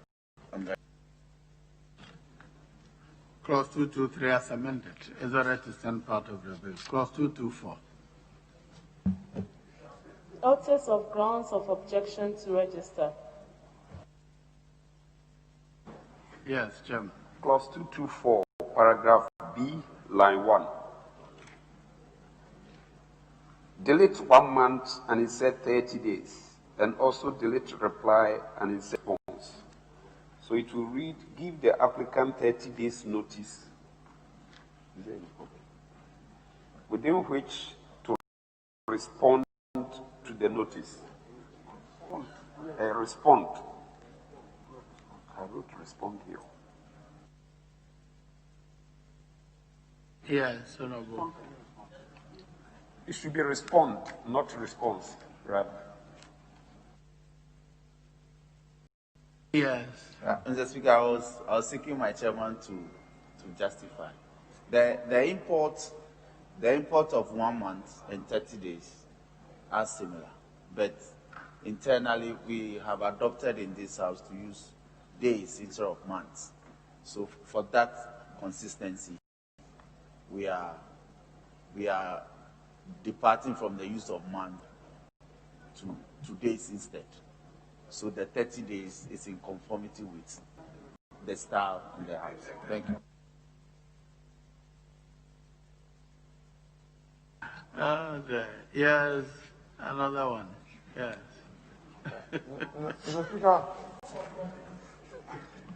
Honorable Demako is talking about consistency and talking about a certain agreement as a basis for changing a month to 30 days. Mr. Speaker, in substance, if the amendment does nothing to the already provided for clause, then why the need to still amend? That is one. Mr. Speaker, not too long ago, we took up it on prudence and rule of procedure and adopted practice. And the position was clear that rule of procedure and accepted practice can never override prudence. So if it is to have 1 month, then you have agreed somewhere. Mr. Speaker, he says they have agreed somewhere to use, adopt a new practice. Mr. Speaker, I am unaware. Maybe it was at a certain level. I don't know. But I want the record. Thank you. I think your point. Mr. Speaker, that is what the firm of was said. I'm Yes, not saying that Honorable is the Majority position of winning committee or leader. Leader must not be leader. This is against him. I beg you. Leader, I beg you. Don't come to this matter. Leader, you have to sit. This is a bench matter. You don't have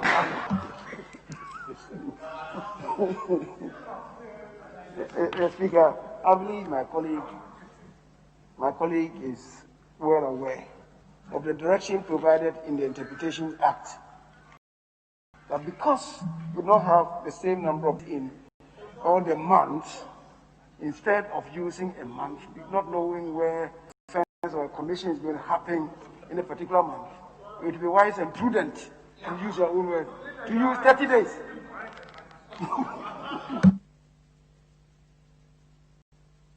All in favor of the proposed amendment say aye. All against say no.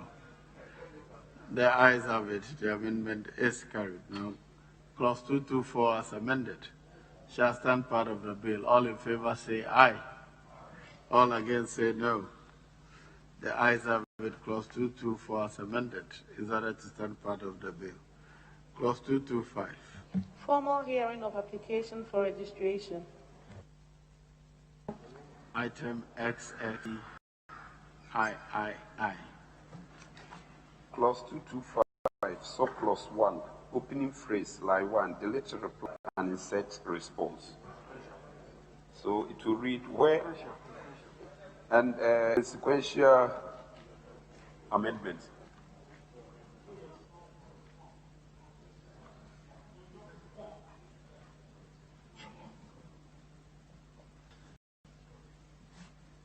All in favor of the proposed amendment say aye. All against say no. Yes, Honorable Member for Tamalino. Right, Honorable Speaker, I wish to propose that in line 2, instead of title, we replace it with capacity, where after the response to the notice given under section 224, the land registrar is still not satisfied with the capacity grantor to execute the instrument, the land registrar shall give notice. Yes, Leader. Speaker, really, we debated this yesterday, and you realize that in 224B, line 2, we have the same word there. We debated it, and people even felt that we should replace with right. Eventually, we allowed it to hold, because it goes right back where we have used that construction. So, Speaker, we understand that title to the grantor really is the capacity or the right, right? But then it's much more expansive. Right. So you're inserting right for title. No, Speaker, we are leaving it to hold the original. What is leave it as it is. As it is.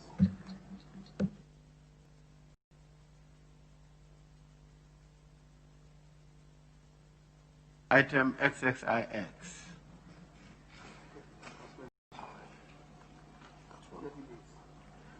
Subclause, clause 225, subclause 1, paragraph B, line 3. Delete longer than 1 month and insert exceeding 30 days.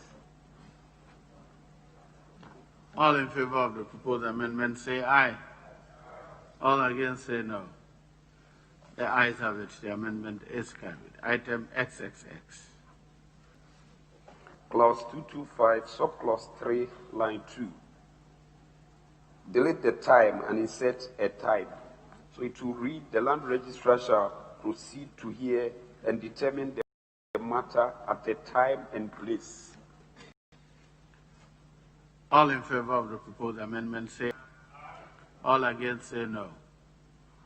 The ayes have it. The amendment is carried. Now, clause 225 as variously amended shall stand part of the bill. All in favor say aye. All against say no. The ayes have it. Clause 225 as variously amended is ordered to stand part of the bill. 226. Registration of instruments showing title of grantor. All in favor of clause 226 being a part of the bill say aye. All against say no. The with clause 226 is ordered to stand part of the bill. Clause 227. Registration necessary for validity. Amendment proposed. Chairman. Clause 227, subclause 1, line 3. It shall be of no effect until it, and insert is of no effect until the instrument. So it will read, subject to subsection 2, an instrument other than a judge's certificate or decision of a court first executed after the coming into force of this act is of no effect until the instrument is registered. All in favor of the proposed amendment say aye. All against say no. The ayes have it. The amendment is carried. Now, clause 227 as amended is ordered to stand part of the bill. All in favor say aye. All against say no. The ayes have it. Clause 227 as amended is ordered to stand part of the bill. Clause 228. Registration to be actual notice. Chairman. Clause 228, subclause 2, line 1, delete with respect to, and insert in respect of, and in line 2, after registration, insert, and the land registrar is satisfied with the pendency of the appeal.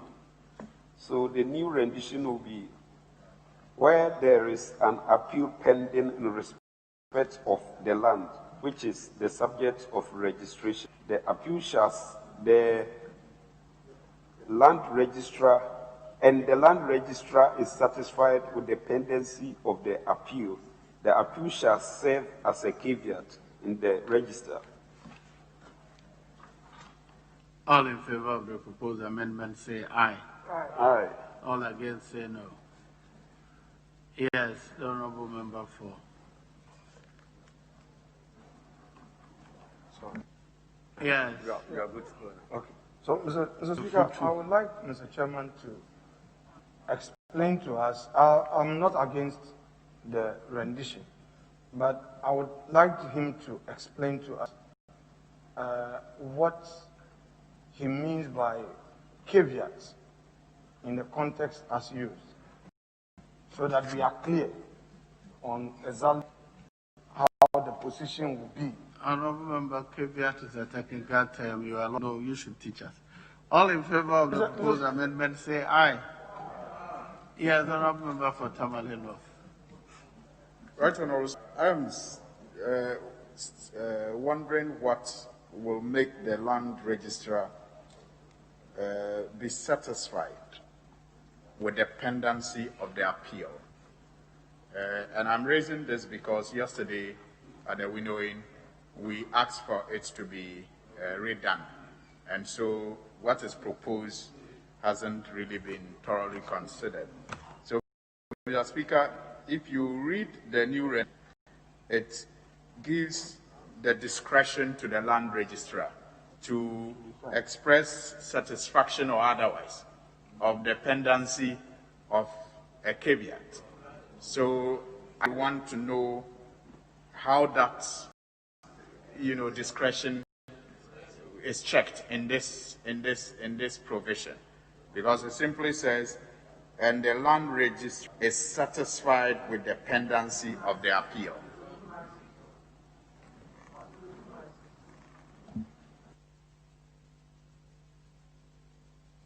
Yes, honorable member for. Yeah, Mr. Speaker, I think that this provision is both subjective and objective.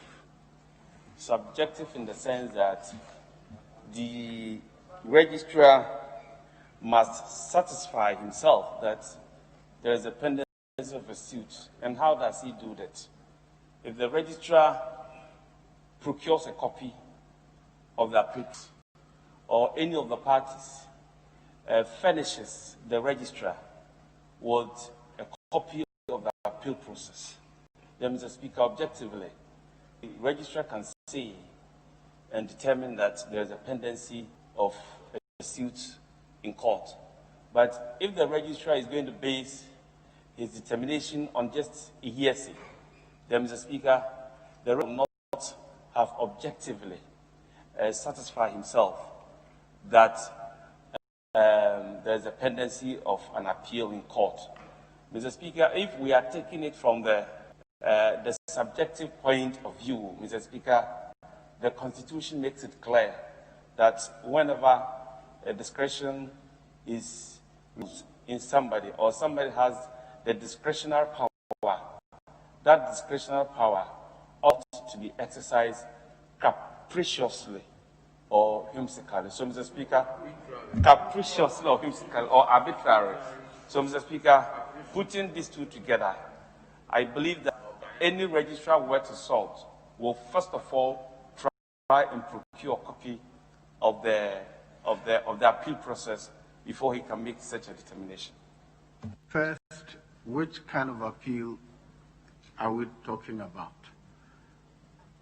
Is there an appeal within this registration process or appeal at the court? Either way, it is verifiable whether there is indeed an appeal. If it is in the court, you must have filed a process. If it is within the registry, anywhere within the process, that's also the prescribed process must have been filed. And that is how, in my view, the registrar will satisfy himself. Yes. Yes, and I agree with you, but you see, even in the explanation of Honorable Banda, he gave a hint as to it is important that the exercise of discretion is watched in this particular matter. That we are not even allowing word of mouth by one party just informing the registry suggests possible collusion, to avoid possible collusion with an interested party. So if you leave the satisfaction of the land registrar without giving indications as to what should be looked at to consider, to satisfy him, then that possible collusion is still not checked. One party, if the land registrar has an interest in a land, and he is interested in one party getting it, it can be satisfied, he can decide not to be satisfied that there is an appeal, and so does not register a caveat, does not, consider the existence of an appeal, which then serves as a caveat. So I am still thinking of how we can perhaps at least suggest something that should be the considering factor for satisfaction, even as we still allow some discretion. Yes, leader. Mr. Speaker, you used a term that in the context really means the satisfaction, where the land registrar verifies or ascertains. I don't know whether you want ascertains. Yes, but Speaker, it is so because the 228 provides that of an instrument constitutes actual notice of the instrument and the fact of registration to all persons. Now, somebody may decide, perhaps when he hears that somebody is going to register, rush in and slap the caveat. And then the registrar then is stopped from continuing the process. Now, this one is saying that it should be subject to verification or ascertainment by the registrar. And upon that, he may then decline. Other than that, if it is a frivolous exercise, he can go on. I appreciate the point that the Honorable Suhuyini is bringing up, that perhaps also lead to some connivance on the part of a rather mischievous registrar. But Mr. Speaker, the transparency involved in this whole process as you go along should indicate to anybody, because it's very valuable, to go and check from the register that this indeed is happening or hasn't happened. So, Mr. Speaker, I believe that the construction provides that avenue. I don't know whether we want the word ascertains. Right. The satisfaction really is verification or the ascertainment that needs to be conducted by the registrar. Mr. Speaker, yes. Just for the avoidance of doubt, the Honorable Afenyo, he should refer himself to page 141, and caveat is defined. He wanted the meaning of caveat from the chairman of the committee. Caveat is defined there. Apply yourself to page 141. Yes. Yes, Right Honourable Speaker, I think my leader has giving me an idea, and I will want to make the following suggestion for consideration. So I want to suggest that instead of is satisfied with, we could go with obtains proof of. And the lands registrar obtains proofs of the pendency of an appeal, so that the new rendition will now That is also another way of satisfying yourself. Sorry. Obtaining proof of is also satisfying yourself. Yes. So satisfying himself is probably wider. Yes. Because it covers proof of verification. Yes. All of that. So, Mr. Speaker, I am worried about a discretion that is too wide. So if you limit it to he obtaining proof, then he satisfies himself based on the proof obtained. And when he takes an action, you can request for the proof which satisfied him that there was indeed a pendency of an appeal. You see, we make a clause assuming, like in the words of the all things will be equal. But in many instances, all things are not equal because we have quite a substantial amount of integrity gap. So you provide words which makes it possible to verify whether the person did what he ought to. That's why I use satisfied himself. If there's challenge, you ask him to show how did you satisfy yourself? How did you verify? What evidence did you get? So it is those ones to satisfy yourself that you're bringing in. But I think that what is there is sufficient. Yes, honorable member for Futu. Well, Mr. Speaker, I wanted to assist my respected colleague on that matter, that Article 296 is clear. And if any yardstick to guide the exercise of the said discretion and the challenge, any challenge thereof to it, then obviously he may resort to 296, which gives a guide. So he needs not worry, because if somebody exercises that discretion, and that discretion as provided by this law, sins against what is in 296, an affected person can, as you have said, question the exercise of such discretion. So you should not be too worried. You shouldn't labor it. Let's make progress. As leader said, we should make progress. Mr. Speaker, and I thank you for the earlier assistance in respect of the caveat. I had an issue with the context, but you explained, and I'm fine.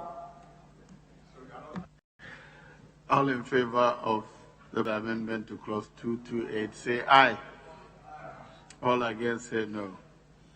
The ayes have it. Amendment is carried. Now, clause 228 as amended shall stand part of the bill. All in favor, say aye. All against, say no. The ayes have it. Clause 228 as amended is ordered to stand part of the bill. Clause 229. Clarity of instruments. Amendment proposed. Chairman. Clause 229, subclause 3, line 1. Before notice, insert omission. So it will read subsection 2 does not apply where the fraud, omission, comma, notice, or mistake, or any other vitiating. All in favor of the proposed amendment, say aye. All against, say no. The ayes have it. The amendment is carried. Item XXXIV. Clause 229, subclause 4, line 2. Delete shall be and insert is, and in line 3, delete it and insert the instrument. So to read an instrument sent by post and received on any day during the hours of business is deemed to have been presented at the time the instrument was received. All in favor of the proposed amendment, say aye. All against say no. The ayes have it. The amendment is carried. Item XXXV.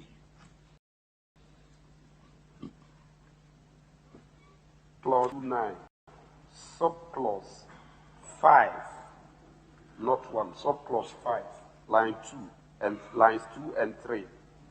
Delete, no, subclause 5, line 2 and 3. Delete its registration and insert the registration of the instrument. So it will read, an instrument shall, except as otherwise expressly provided in sections 227, 228, 231, and this section, take effect from the date of the registration of the instrument. All in favor of the proposed amendment say aye. All against say no. The ayes have it. The amendment is carried.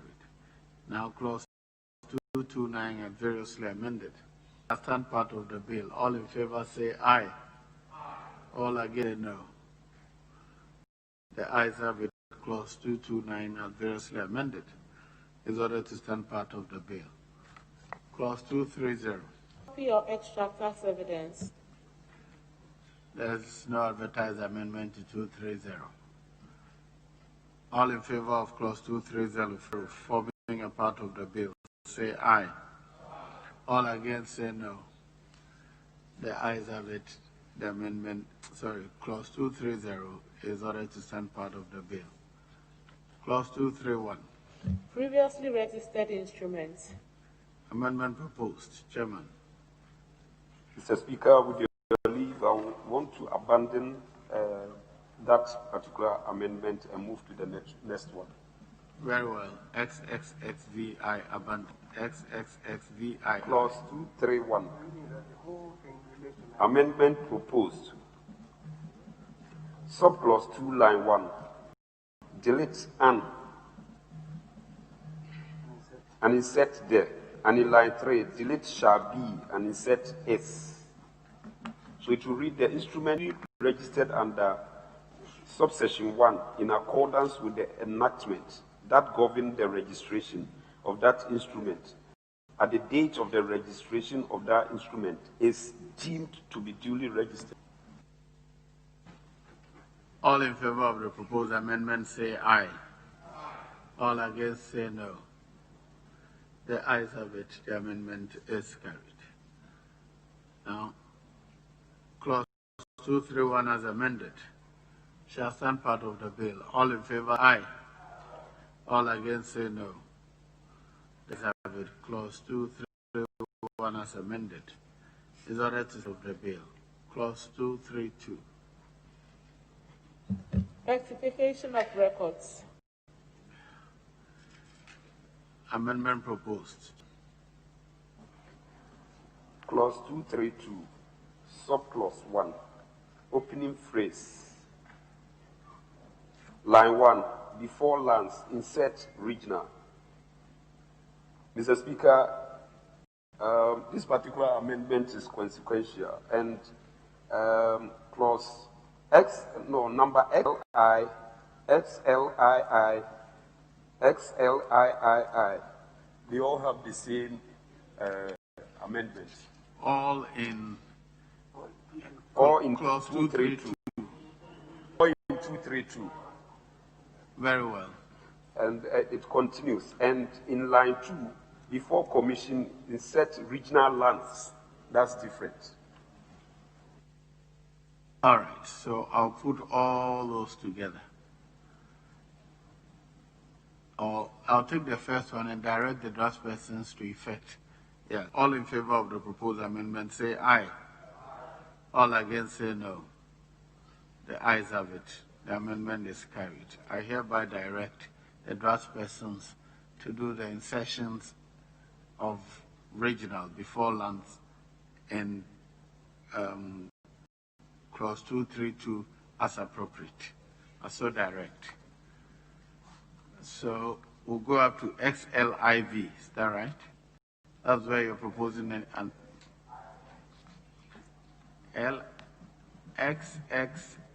XLIV is the only one which is different. XXXIX. OIX. I Yes. thought all the others were inside lands. No, that one is different. Different. All right. So XXXIX. Clause 232, subclause 1, paragraph A, line 3, delete its and insert the. All in favor of the proposed amendment say aye. All against say no.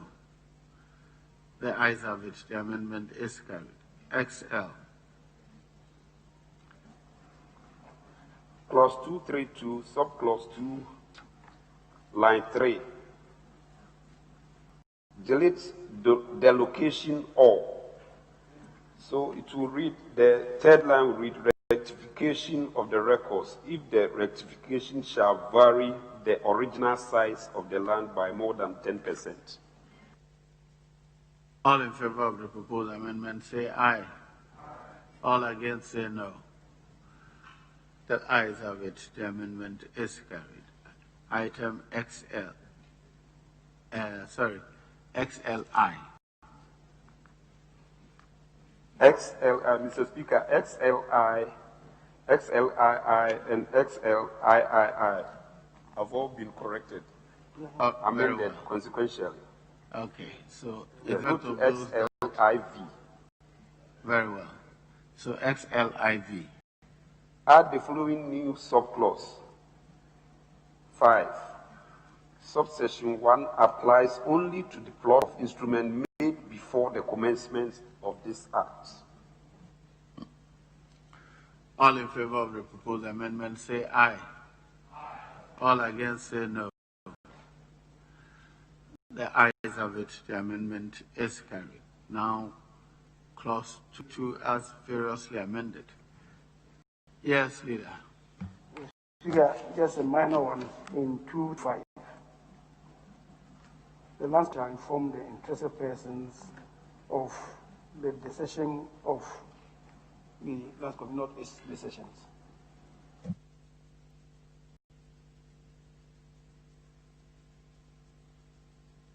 Decision of the commission. Very well. All in favor of the proposed amendment say aye. All against say no. The ayes have it. The amendment is carried. Now clause 232 as variously amended shall stand part of the bill. All in favor say aye. All against say no. The ayes have it. Clause 232 as variously amended is ordered to stand part of the bill. Clause 233. Power of the state to compulsorily acquire land for public purposes.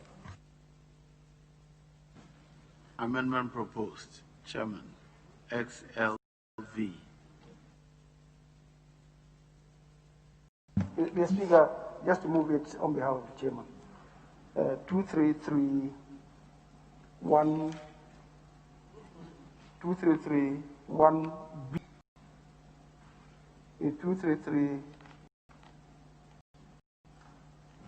2331A, sorry.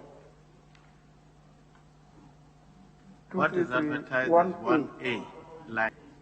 1A line 3. So deleting the all resettlement purposes. So we introduce a comma after planning, and then resettlement purposes or for the running of essential services. That will conclude the A. We are deleting all, and then after resettlement purposes, we then introduce the all, or reintroduce the all, or for the running of essential services.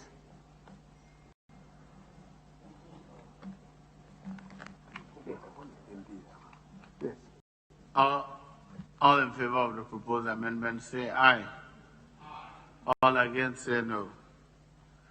The ayes have it. The amendment is carried. Yes.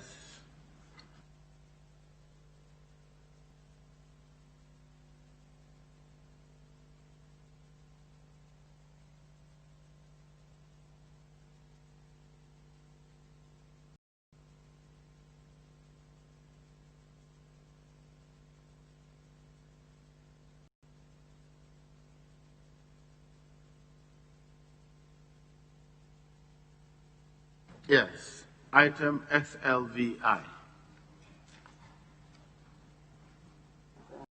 Right, Honorable Speaker, we don't have any further amendment in the so we'll abandon that one.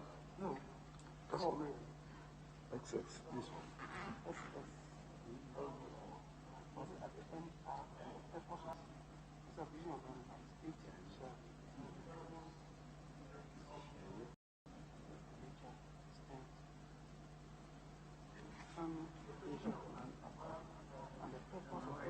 So I can do it. Okay. Clause 223, subclause 4, line 3, at end, add and the purpose of the acquisition.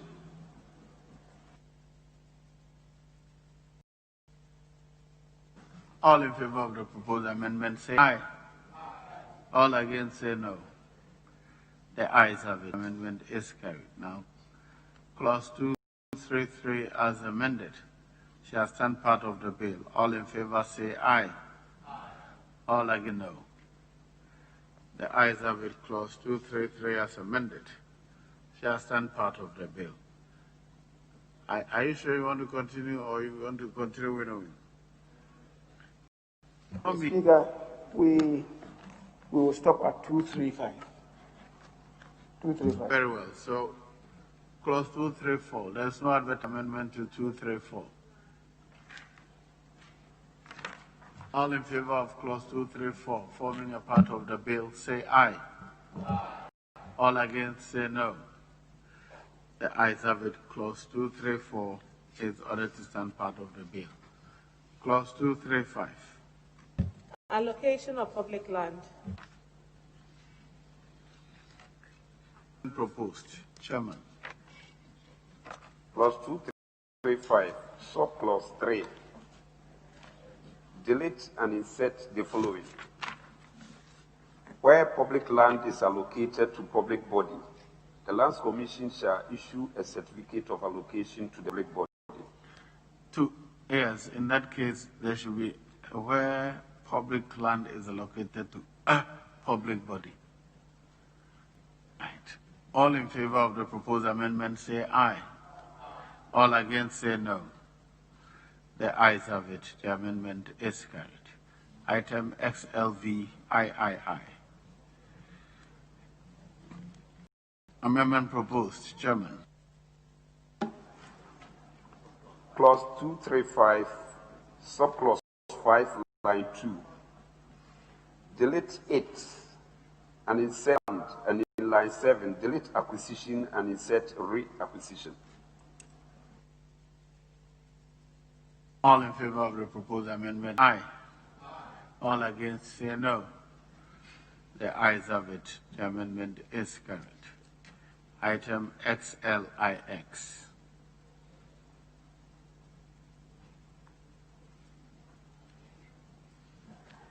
Clause 235. Add the following new subclause 6. For the purposes of this section, public body means a public institution that is not a body corporate.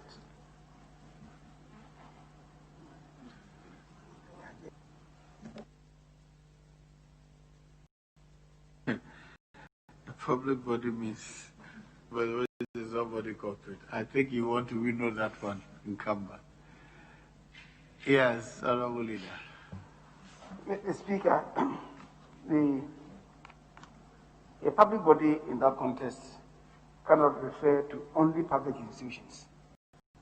For instance, if an acquisition made in the name of Parliament, Parliament is not a public institution, it's an arm of government. It's made for the judiciary, it's not a public institution, it's an arm of government. So, Mr. Speaker, I believe we want to stand this one for further consultations to do better re-engineering of that provision. So, whereas we appreciate the principle, we'll have to do further work on that. So let's turn that one down. It's just a definition of a public body that you are trying to introduce. Very well. Yes, Honorable Member.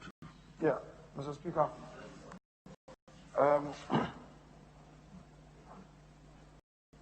234 surplus 2.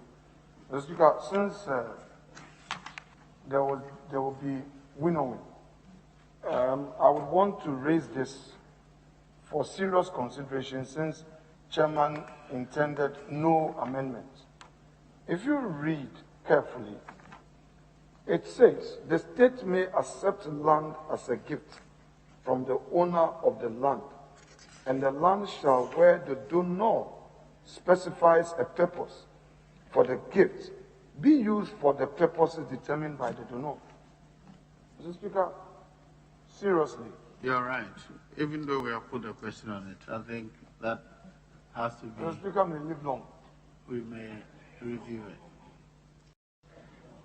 Either I suggest that at winnowing that subclause again. For the gift be used. That's very, very, very social media language. 2, 3, 4, 2.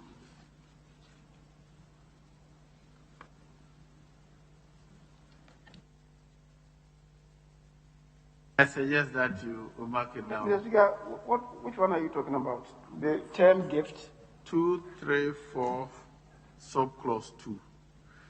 I'm reading. The state may accept land as a gift from the owner of the land, and the land shall be where the donor specifies a purpose for the gift, be used for the purposes determined by the donor. That place be used. We should properly open it up. Well, Mr. Speaker, maybe in accord with your directive, but I don't see anything wrong with that. Somebody is donating land to the state, and he says that use it for this purpose. The argument is not in the purpose, it's how it has been expressed. Donor specifies a purpose for the gift, be used for that purpose. That be used for that purpose. It shall be used, or the land shall be used for that purpose. That's what I said. The language, how it has been expressed. Well, Mr. Speaker, we'll see how to tweak it, but honestly, I don't see anything wrong. Very well, honourable members. That brings us to the end of consideration of the Land Bill 2019 for today.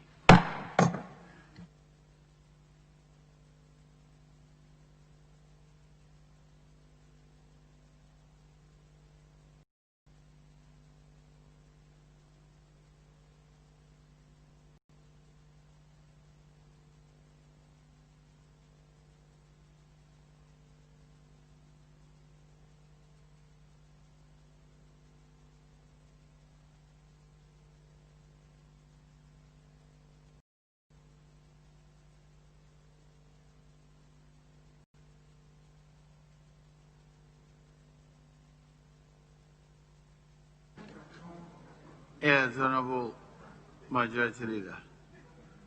What next?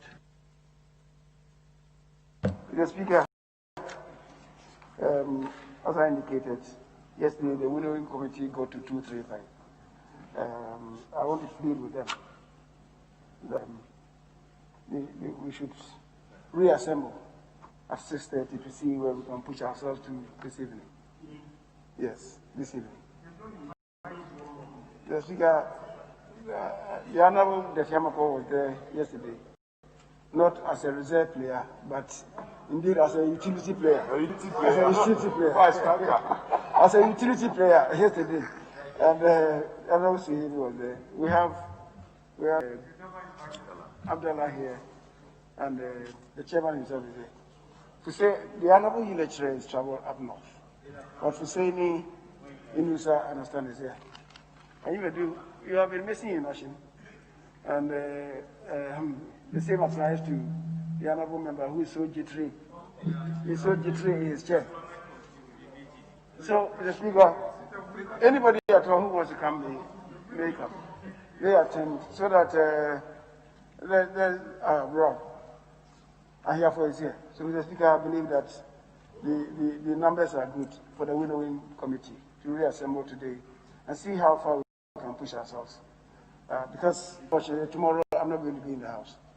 So we'll see where we can get to. Right, thank you. That was an announcement. So it's not a process before me.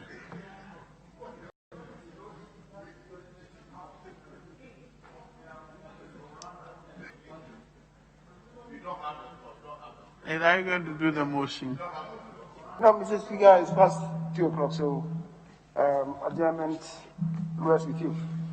So we can adjourn until tomorrow. The chairman of the committee on energy, is that right? Mr. Speaker, I've had some discussion he has with a him. motion. I've had some discussion with him. You know, he's the prefect of my caucus. So I wanted, if you're not going to do it, then I'll. Marcia caucus, Mr. Speaker, you mean? Yes, he's the prefect of the Marcia caucus.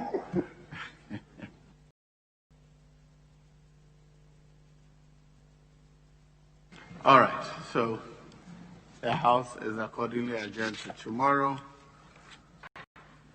Friday, the 17th of July, 2020 at 10 o'clock in the forenoon.